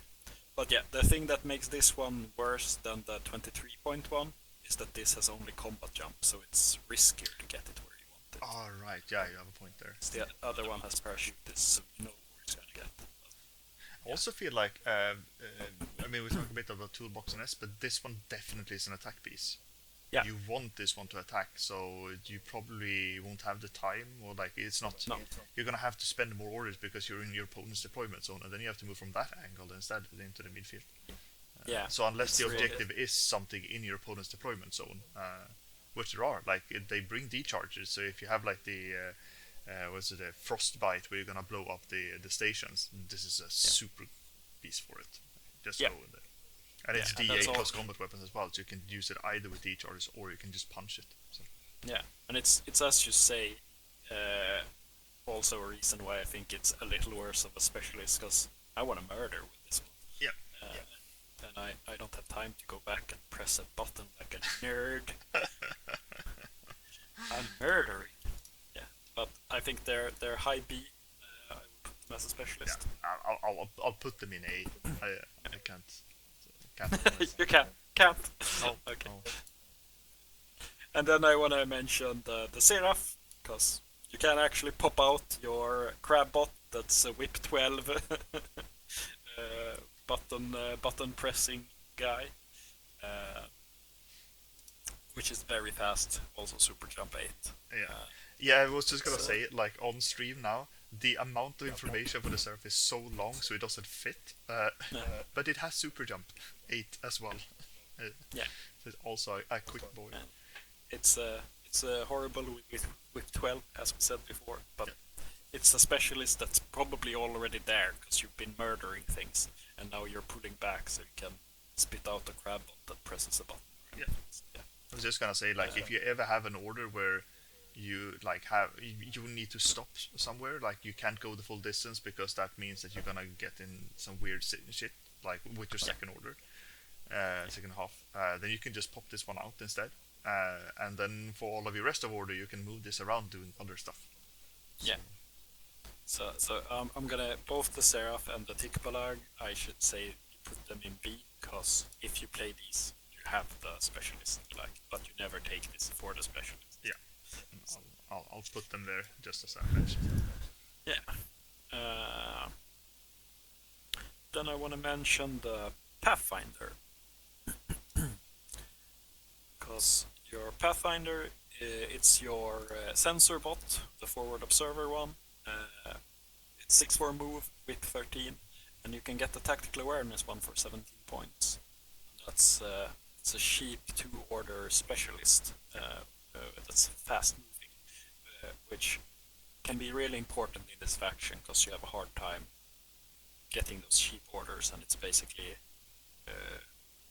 8.5 points per order on this one for a guy who actually wants to use it. And he's also a repeater. He's also got triangulated fire. He also has sensor, so it's very toolboxy.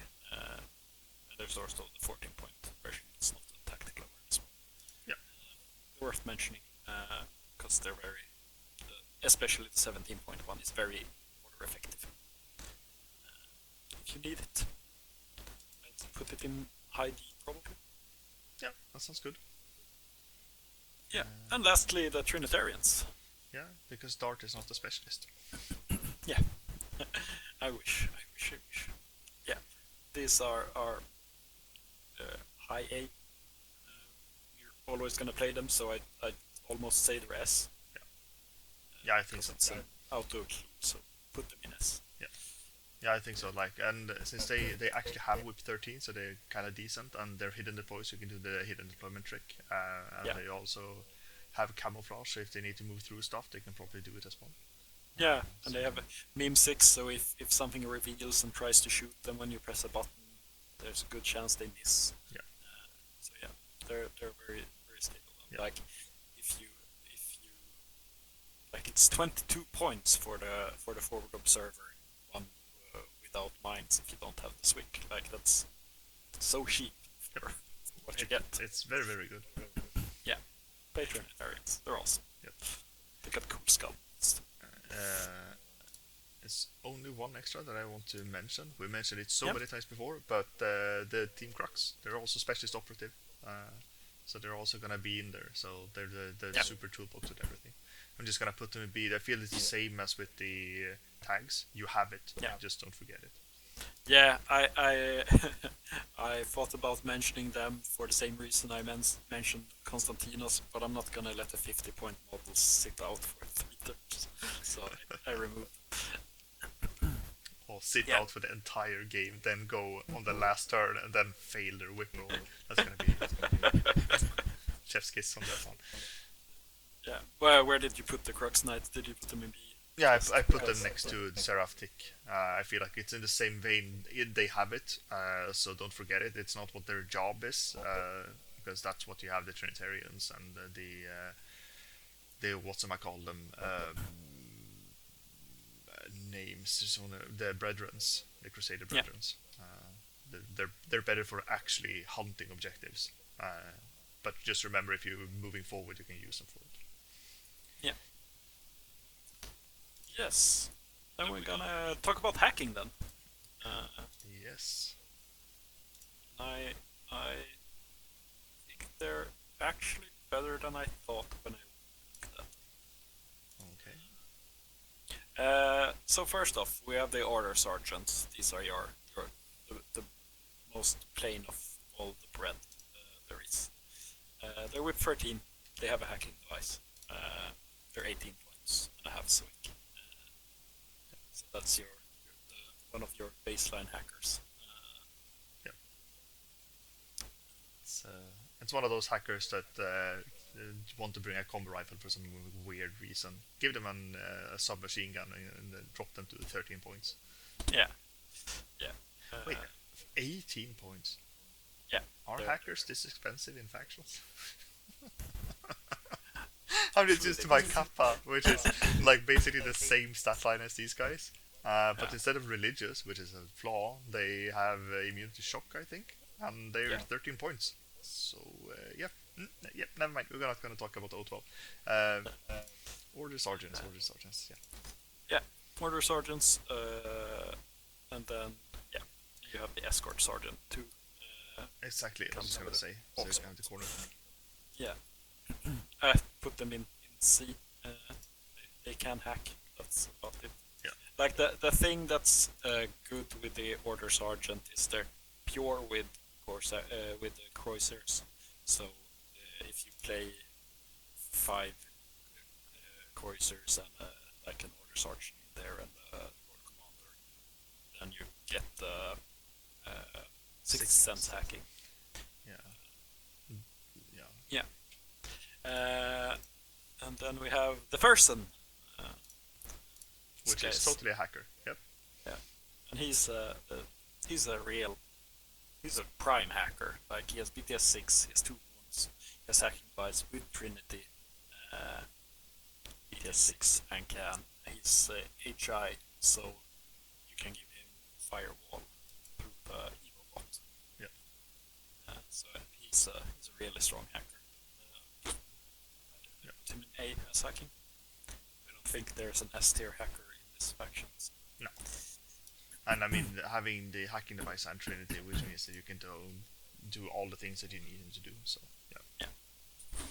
The only problem with it is like if you compare it to other hackers that are at 46 points, he's not that good. No, but he does more. Yeah, exactly. It does so much more, but like it's just something like all of your pieces when you're playing with the hacking game, you have to like they have to do other stuff all of the time, which means that they put themselves in danger where other hackers wouldn't. So it's a risk that your main hacker just dies in a gunfight because you need him to gunfight. So So this is very true.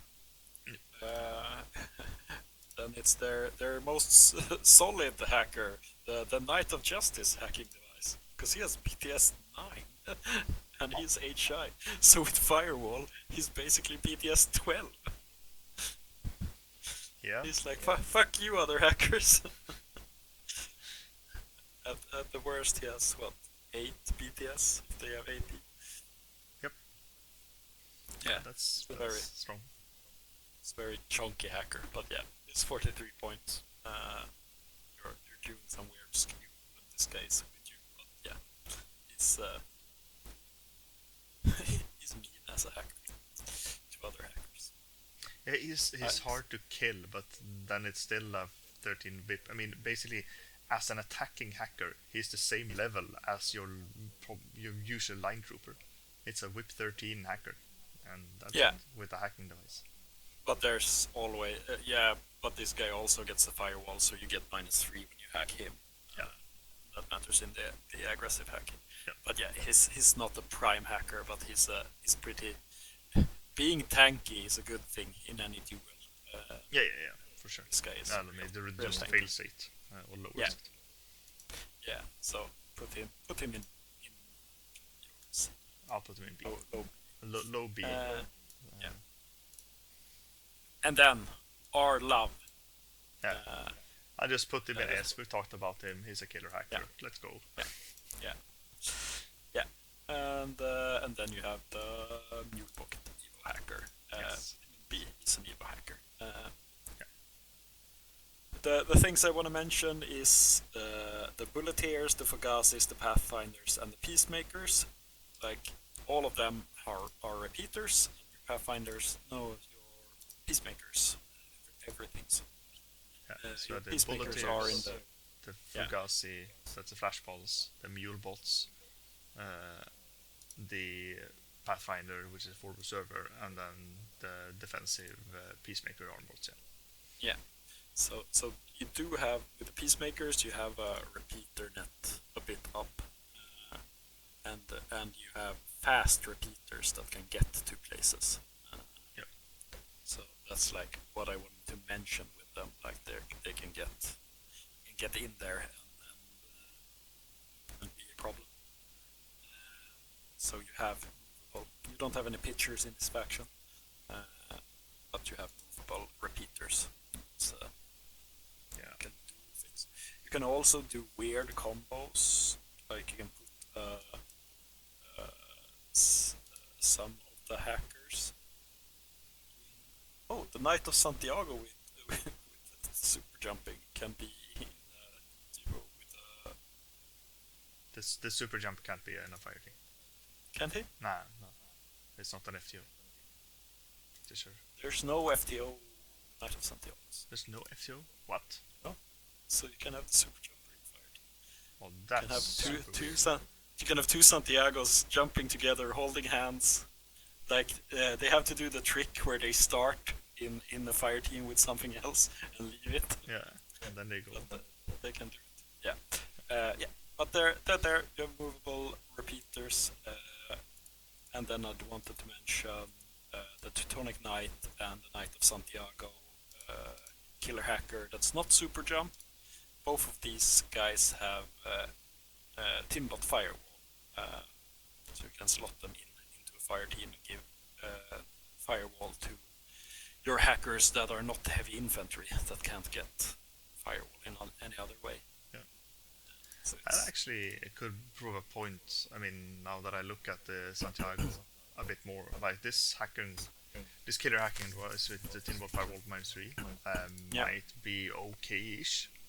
yeah, But then then you get to the question like, would I rather spend 7 points to get super jump on it?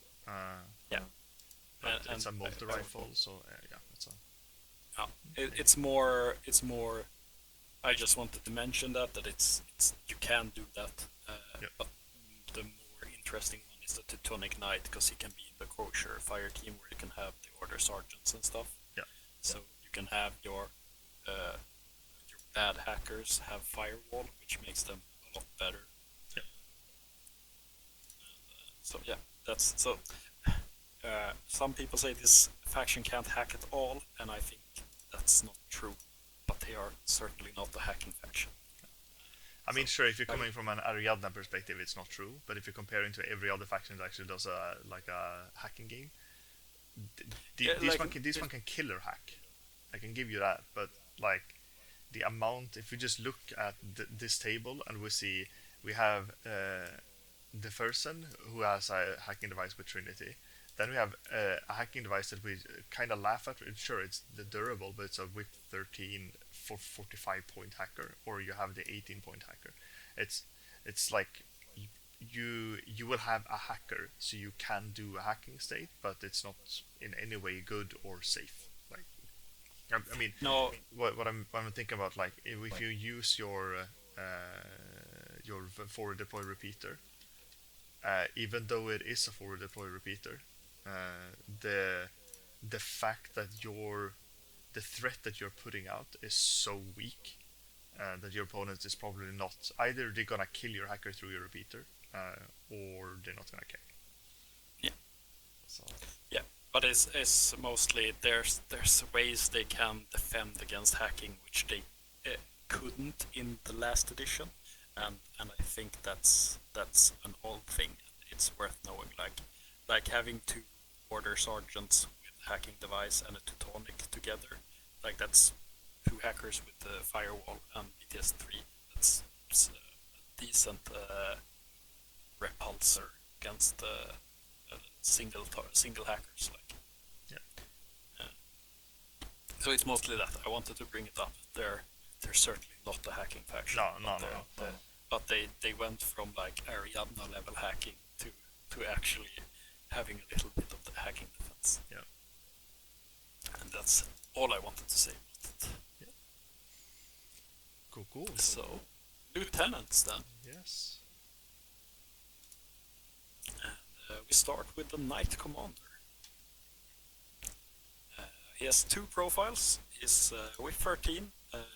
He's hollow masked, so he can pretend to be someone else. It's always nice to hollow mask your lieutenant. And he either comes as a lieutenant or a lieutenant with +1 order. The +1 order costs half a Swick and 27 points. The regular one costs 23 points.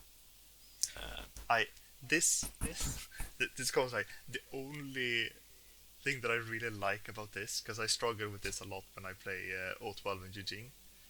A lot of the models in this faction has 4/4 move, which means that you won't show if you're moving this guy because it can be a freaking heavy infantry knight, and they're going like, yeah, sure, you have 4/4. That's what you do, and you're like, yeah.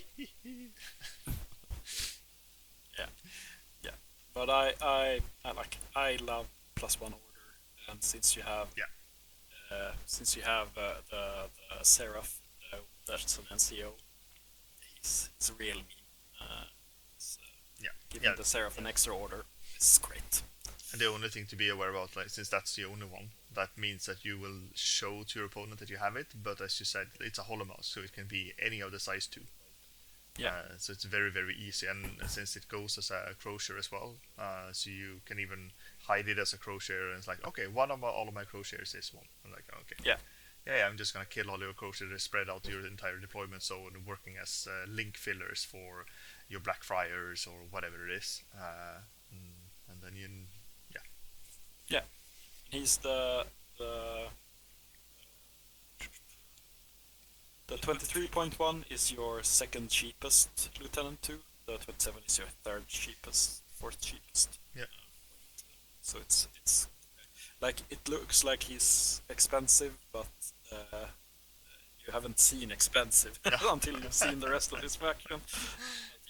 I think he's an A. Yeah, I agree. I put him in A. I think that's where he belongs, especially the +1 order, because it's good. Yeah, and I would always play the +1 order. I think. Otherwise, I take like a Teuton. Yeah. Most of the times, yeah, I agree. Yeah. And then we go to the person, who's also a hacker, but he can be your lieutenant. Yeah. I would, as a lieutenant, I'd put him in C. Yeah. But why, by the way? Because you mentioned that because you can be isolated. Yeah. Yeah. Yeah, you don't want someone to walk up to one of your peacemakers and just isolate your lieutenant. Yeah. The only thing that I'm thinking about for the person is, since he actually has Trinity, which means that comparatively to everyone else who just resets on their willpower, this guy fights back on 17s because you get the +3 to hit. So he's actually harder to isolate comparative to like most of the others. So I think he actually is more safe to isolation because he has the Trinity. Yeah, he has it, but it's still a one burst defense thing that I think is a weakness in many cases. I don't see that additional order spent on him making or breaking it. Like, it's probably my gut feeling. But yeah, where do you want to put him? C, I'm just gonna low check. B. Yeah, it's. I'm just thinking like it's burst 2 as well on the isolated. So it's a burst 2 versus burst 1, so it's not that much of a difference. I'd say I put him in B. I wouldn't say put him above that. I'm maybe a low B, but I think it's higher than C. I wouldn't be surprised if people did play it. Yeah, yeah, okay. I just look at him and be like, as a CA player, I'd be so happy if your lieutenant is a Yeah, sure. I mean, lieutenant. you have to pick it for your opponent as well. There's definitely a faction that you have like when you're doing, especially for tournaments and building 2 lists. I think MO more than others would probably build a list depending on their opponent. Yeah, More but so then than the scenario. but then I see it as an additional, like, you already have to skew your lists. Do you want to have another piece that skews your lists a little more then? Like, I mean, it ends up in the, because as you mentioned with the Knight Commander, you don't have cheap lieutenants. So if you're gonna play the person, I would play him as a lieutenant, because then you don't have to pick another lieutenant that you don't want. Because even if the Knight Commander gives you 2 orders, it's 2 orders for 27 points. That's a lot to get that extra order. So yeah, but that's you brought on as him as a hacker. You were like, it's bad to have a hacker that can also die because he's gunfighting, yeah. and like that goes 12 times for a lieutenant. And since you don't have any chain of command when he dies, you have problems. Yeah, but also, I mean, comparatively to if you're using him as a gunfighter, then yes, my reasoning stands. But as the Spitfire model now, he's more like he's defending himself. So he's not the attack piece unless everything else that you have as attack pieces have already died. Like if you, since you're playing a faction where you're probably gonna have like 2 or 3, if you can have your lieutenant as one of the attack pieces, means that you can put points in other stuff and still have the, like, when plan A and plan B failed, you still have a plan C that's still kind of good, because you didn't pay 27 points on a model that can't be an attack piece. Like that's my reasoning. I think I don't say it's like I'd pick this all the time. I'd say like it's okay.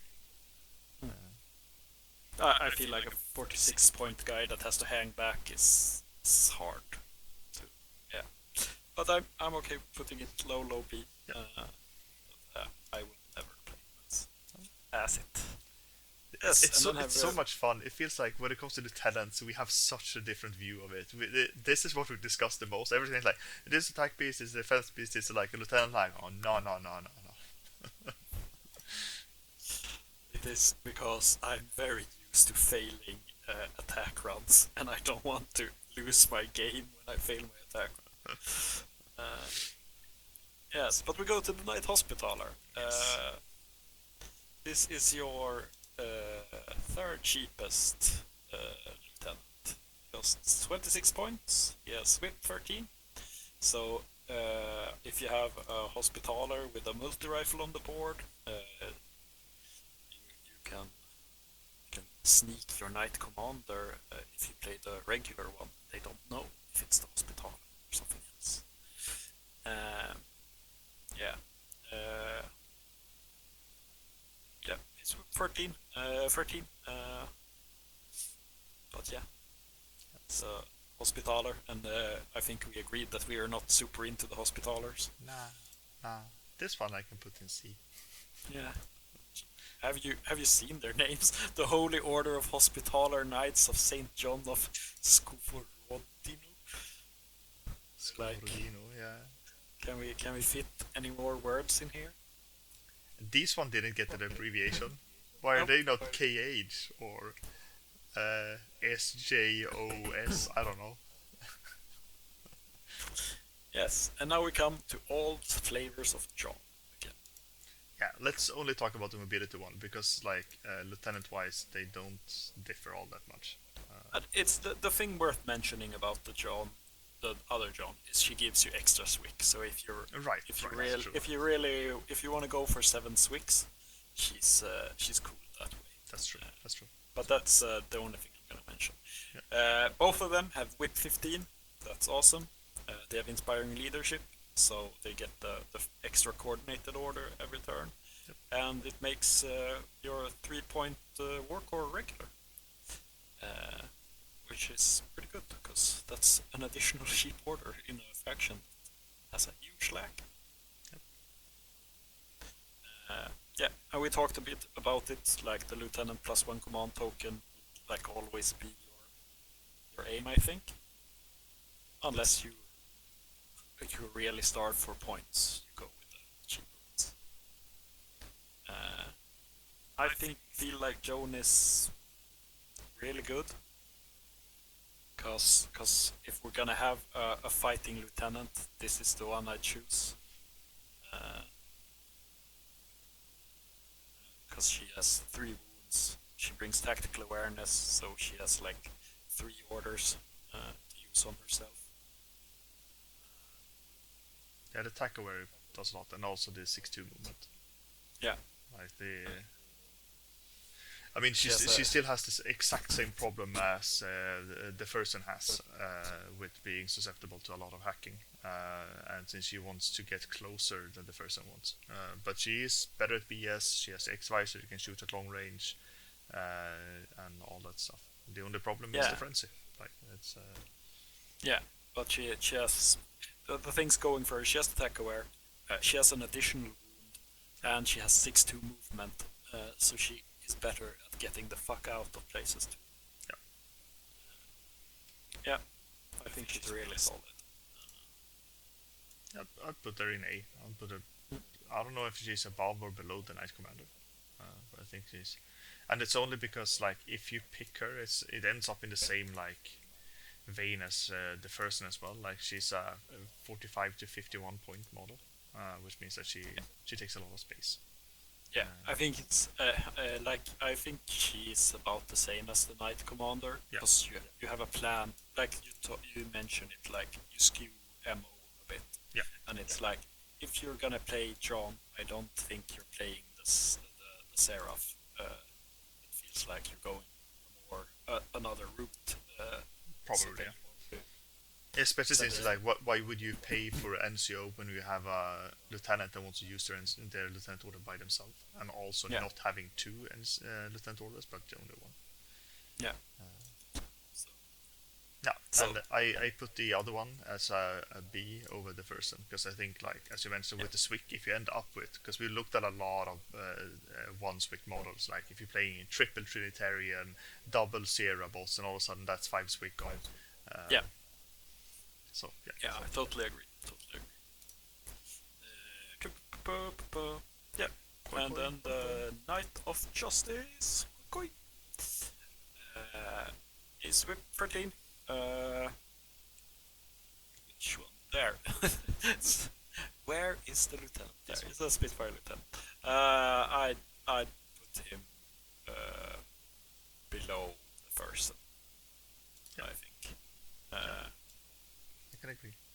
Because he has all the same weaknesses, but he's a little bit more resistant to, in a way, because he has the BTS 9. Yeah, but he only has Whip 13 instead of having 17s in defense. So I don't. I want to do cool things with my Knight of Justice. Yep. And then we have the Knights of Santiago. Yes, because they have a lieutenant option down here. Down there.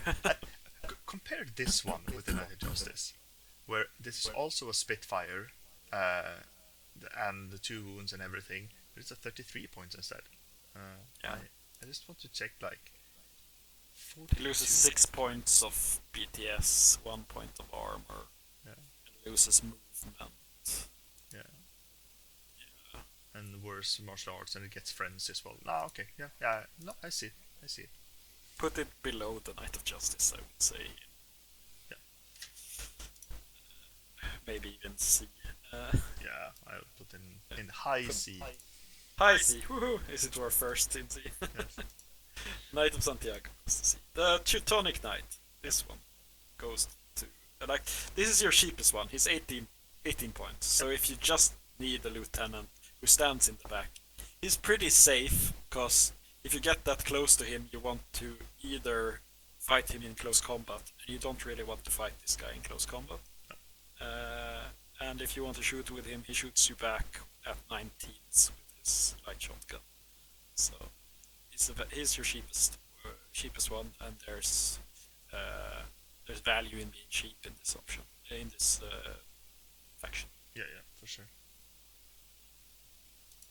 Uh, I think this is the highest of B.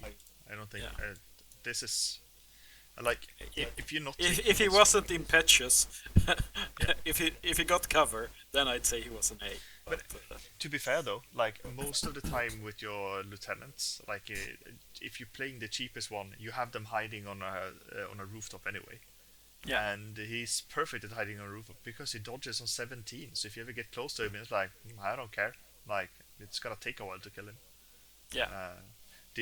But it's funny because if we look at these ones, this is the only non-HI lieutenant you can have. No, this is an A. This is an HI.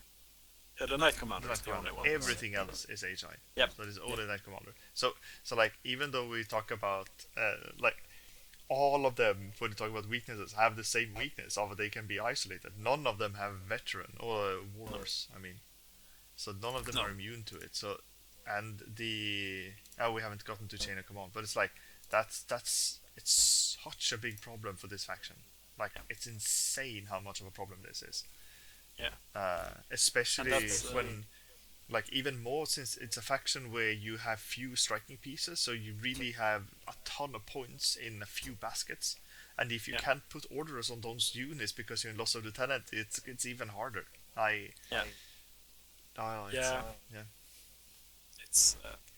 that's like people. Last edition, people were really down on the Knight Commander, and I might have been because they didn't have a super good NCO. I guess they had the Sepulchre as an NCO. Yeah. But I was like, but it's safe. Like it's safe twice because it can't be hacked and it has hollow mask. Like the Teuton is cheaper, but he has problems. Yep. But yeah. Cool. So the highest of B for the Teutonic Knight, and then we mentioned the knight, the Order of the Holy Knight of the Sepulchre. Equestrian Order of Knights. Equestrian Order. It's so rude that they should have a bike to give them. How can you be the equestrian? Give them a mechanic horse. No? Oh, would that be a size 8 because they're size 5 in order and then they're a super bike?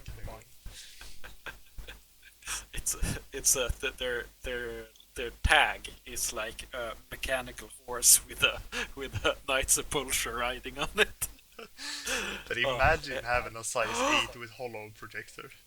I should talk to Philip, make him order a custom from me, and I will convert his Seraph would be a Sepulchre riding its steed. That's why it has movement 8/8. Oh, make it a Pegasus. So it's like, this is my glorious steed. It's so funny. The Equestrian Order has Warhorse.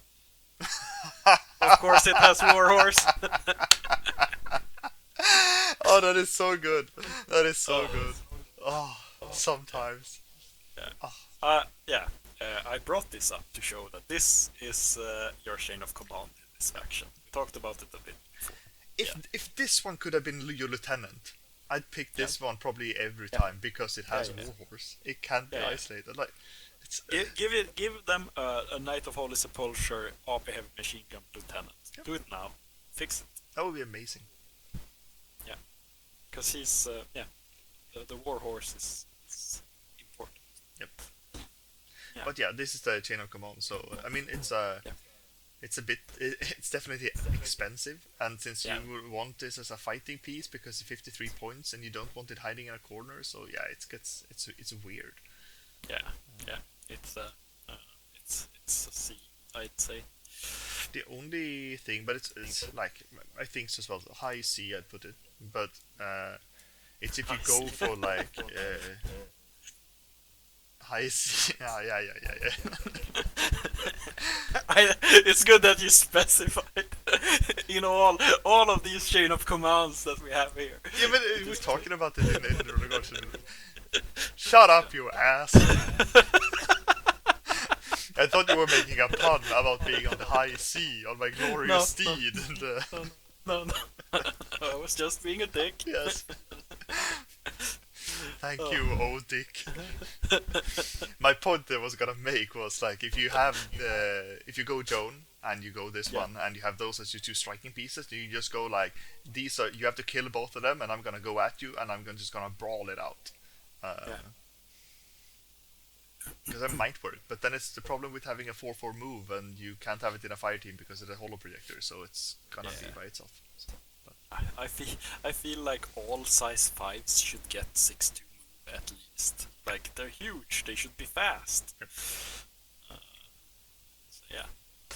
Yes, but those were our lieutenant options and support. We haven't looked at the NCOs. Yeah, we can mention the NCO. The Knight Sepulcher is an NCO. It is, it is. Where would you put it as an NCO? Probably.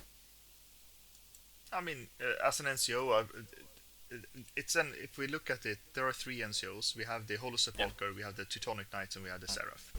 If I don't bring the Seraph, I would probably bring a Knight to the Holo Sepulcher. So we have Seraph in S, we have Knight Sepulcher in A, and we have Teuton in L. I think Teuton is in probably a B. No, sorry. No. I saw which profile it was. I'm gonna show this to everyone so you can be sad with me. So they have this Spitfire one, and so you have to pay 28 points for it for all of a sudden. And 1.5 Swick, like this Spitfire costs 1.5 Swick. Yeah, 1 for the Spitfire and half for an NCO. It makes sense. But you said about the Sepulcher that it got cheap. It makes sense. And I said Holy Sepulcher gets cheaper, yes, because because this one got more expensive. So it's hard, man. It's hard. I can't pick all of this up, man. Pulling shit out of the ass, it hurts after a while. It's because it's natural born warrior. That's a religious troop. There we have it. Religious troop. Never mind. It's because it dodges on 17. Yeah. No, but the Teutonic Knight, no, for sure. This one as the NCO is really bad. Yeah. It's expensive in Swick, it's expensive in points, and it gunfights, and you don't want it to gunfight. Yeah. No. You want it to dodge. Don't go there. Take it as a lieutenant instead. And hide in a corner, like the brave knight you are. No, you're a cool knight. Put it on ARO with its Panzerfaust. Sure. Cool, but that was everything. Yeah, we're gonna talk about gimmicks. Like the clear gimmick is Seraph. Seraph is good. Seraph is great. Give me a few seconds. I have to update everything. Okay. Oh. There we go. So Seraph, yeah, sure. Seraph is good. Seraph is great. Yes. You can play 2. So then you can have the multi HMG to clear things, and then you go in with your AP Spitfire. I mean, the Crocheters have AV total, so you can fit. Yeah, and you get that for the low price of 146 points. You take 1 Teutonic Lieutenant, you take, one Fugazi, you take 2... No, you have to take the Knight Commander plus 1 order, so they each get a Lieutenant order, otherwise it's unfair. Unfair? Do you think they have feelings? We can't love one more than the other. Oh yes, we can. We're gonna take them with different loadouts as well, so we're definitely gonna love one more than the other. We have the Tech B. Yeah, right. Then So you get the bonus. And just put them in Crocheters. Yeah.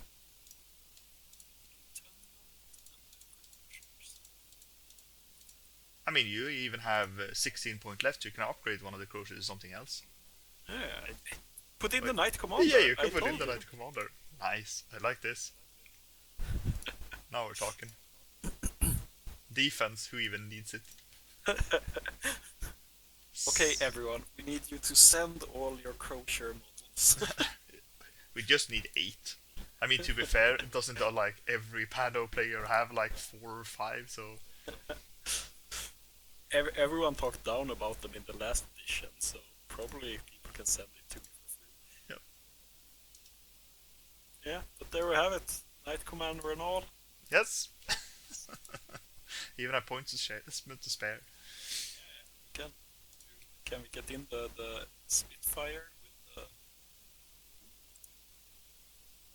Then we have to downgrade the Knight Lieutenant to the one. This is such a good thing to watch as well. Like, we're doing separate thing on our own screen, no one gets to watch anything, and we're like mumbling stuff into the microphone. Quality stuff. Yeah, yes.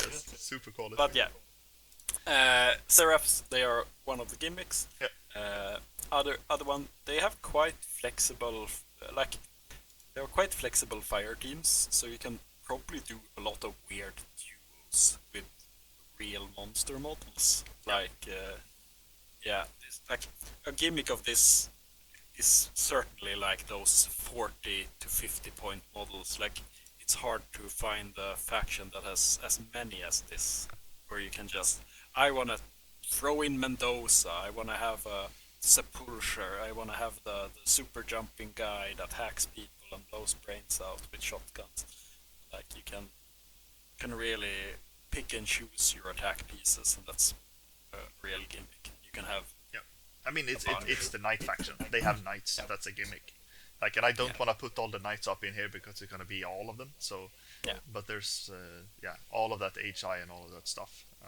Yeah. Which also means, like, you probably want a Mulebot in all of your lists, because you want that sweet firewall. Yeah, firewall has never been as sought after as in this faction. No. Like, it's this faction and in Imperial Army, Invisible Army, I guess. Yeah. It's like, squeeze it out a lot.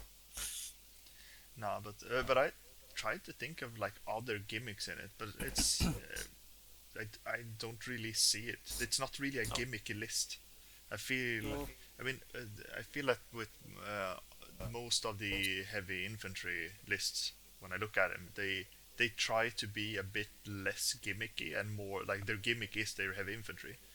Yeah, and this faction lost they lost their gimmick, because their gimmick was, we have Hospitalers and we do a pure Hospitaler team, and they run around with BS-17 and go Bert and you die, but they lost that in the Fire Teams updates. But I mean, so they can't go Bert. Even saying that, like the Hospitaler with Joan, you can still do that. They have 2 less BS for sure, but Joan still has 16 BS if she does it. Yeah. So she's a beast. Yeah, and but it's not as fun as when they had the BS-17 and you put the boarding shotgun and they hit on 23s. Get a targeted so you can hit on 26s. That's yeah. Like, I have close combat numbers. Yeah. Herder and burst 3. Herder. What's the crit chance on 26s and burst 3? A lot. Yeah. So if you where would we put them in our faction? Faction. Let me swap over here. We can end this never-ending stream. Yeah, sure. We've been talking our for. poor. I think this has been the longest episode so far, which is fun because I thought we didn't have too much to talk about. But with all the attack pieces, it gets what it gets. Yeah, and all the silly jokes about warhorse. Yes. Right in the high seas. For me, I feel like they're above Cosmoflot, but I'd say they're a C faction. I could put them in like low B, but it's mainly because they have the Seraph. Like that's what pushes them there, because they have one of the weirdest and strongest models in the game, which means that if you get the first turn and the mission allows for it, you're gonna punch so hard. Yeah, yeah. The Seraph really makes them, it makes the placing them very hard. Yeah. Cause if you can defend your Seraph so people don't kill it, even if you don't go first, it's still insane. Because you can lose a couple of guys and it's still more order efficient than anything your opponent can place on the table. Yeah. So it's just a monster. So I'd put them in B. Uh, Yeah. we're probably gonna put, when we put other factions in B, they're gonna go past these guys. Yeah. Because they feel like if you wanna be tournament strong, they're a bit one trick pony in that Seraph. But if you don't play tournaments, they're pro, pro, they're a fine faction to play. And I also feel like the amount of EM and paralysis ammo that's starting to get into AROs means that Yeah. the Seraph is probably gonna struggle a bit when we get deeper into the edition. Yeah, and a bit of that was why the throwing the little bot in to get those EM mines away. Yeah. Is, there's a you like, the more we play, the longer the edition goes, the weaker the Seraph will get because people will find like counterplays to it. Yeah. But right now it's unstoppable. Yeah, it's super strong. Yeah. Cool. Well, that was Yeah. it, right? Thank you for listening to all of our tomfoolery and bullshit. Yep. We love you guys. Thank you for listening. Yeah. Next time it's Onyx. Yeah. Bye. That's gonna be problematic, but it's gonna be fine. Thank you. Have a Bye great bye. day. See you all. Bye.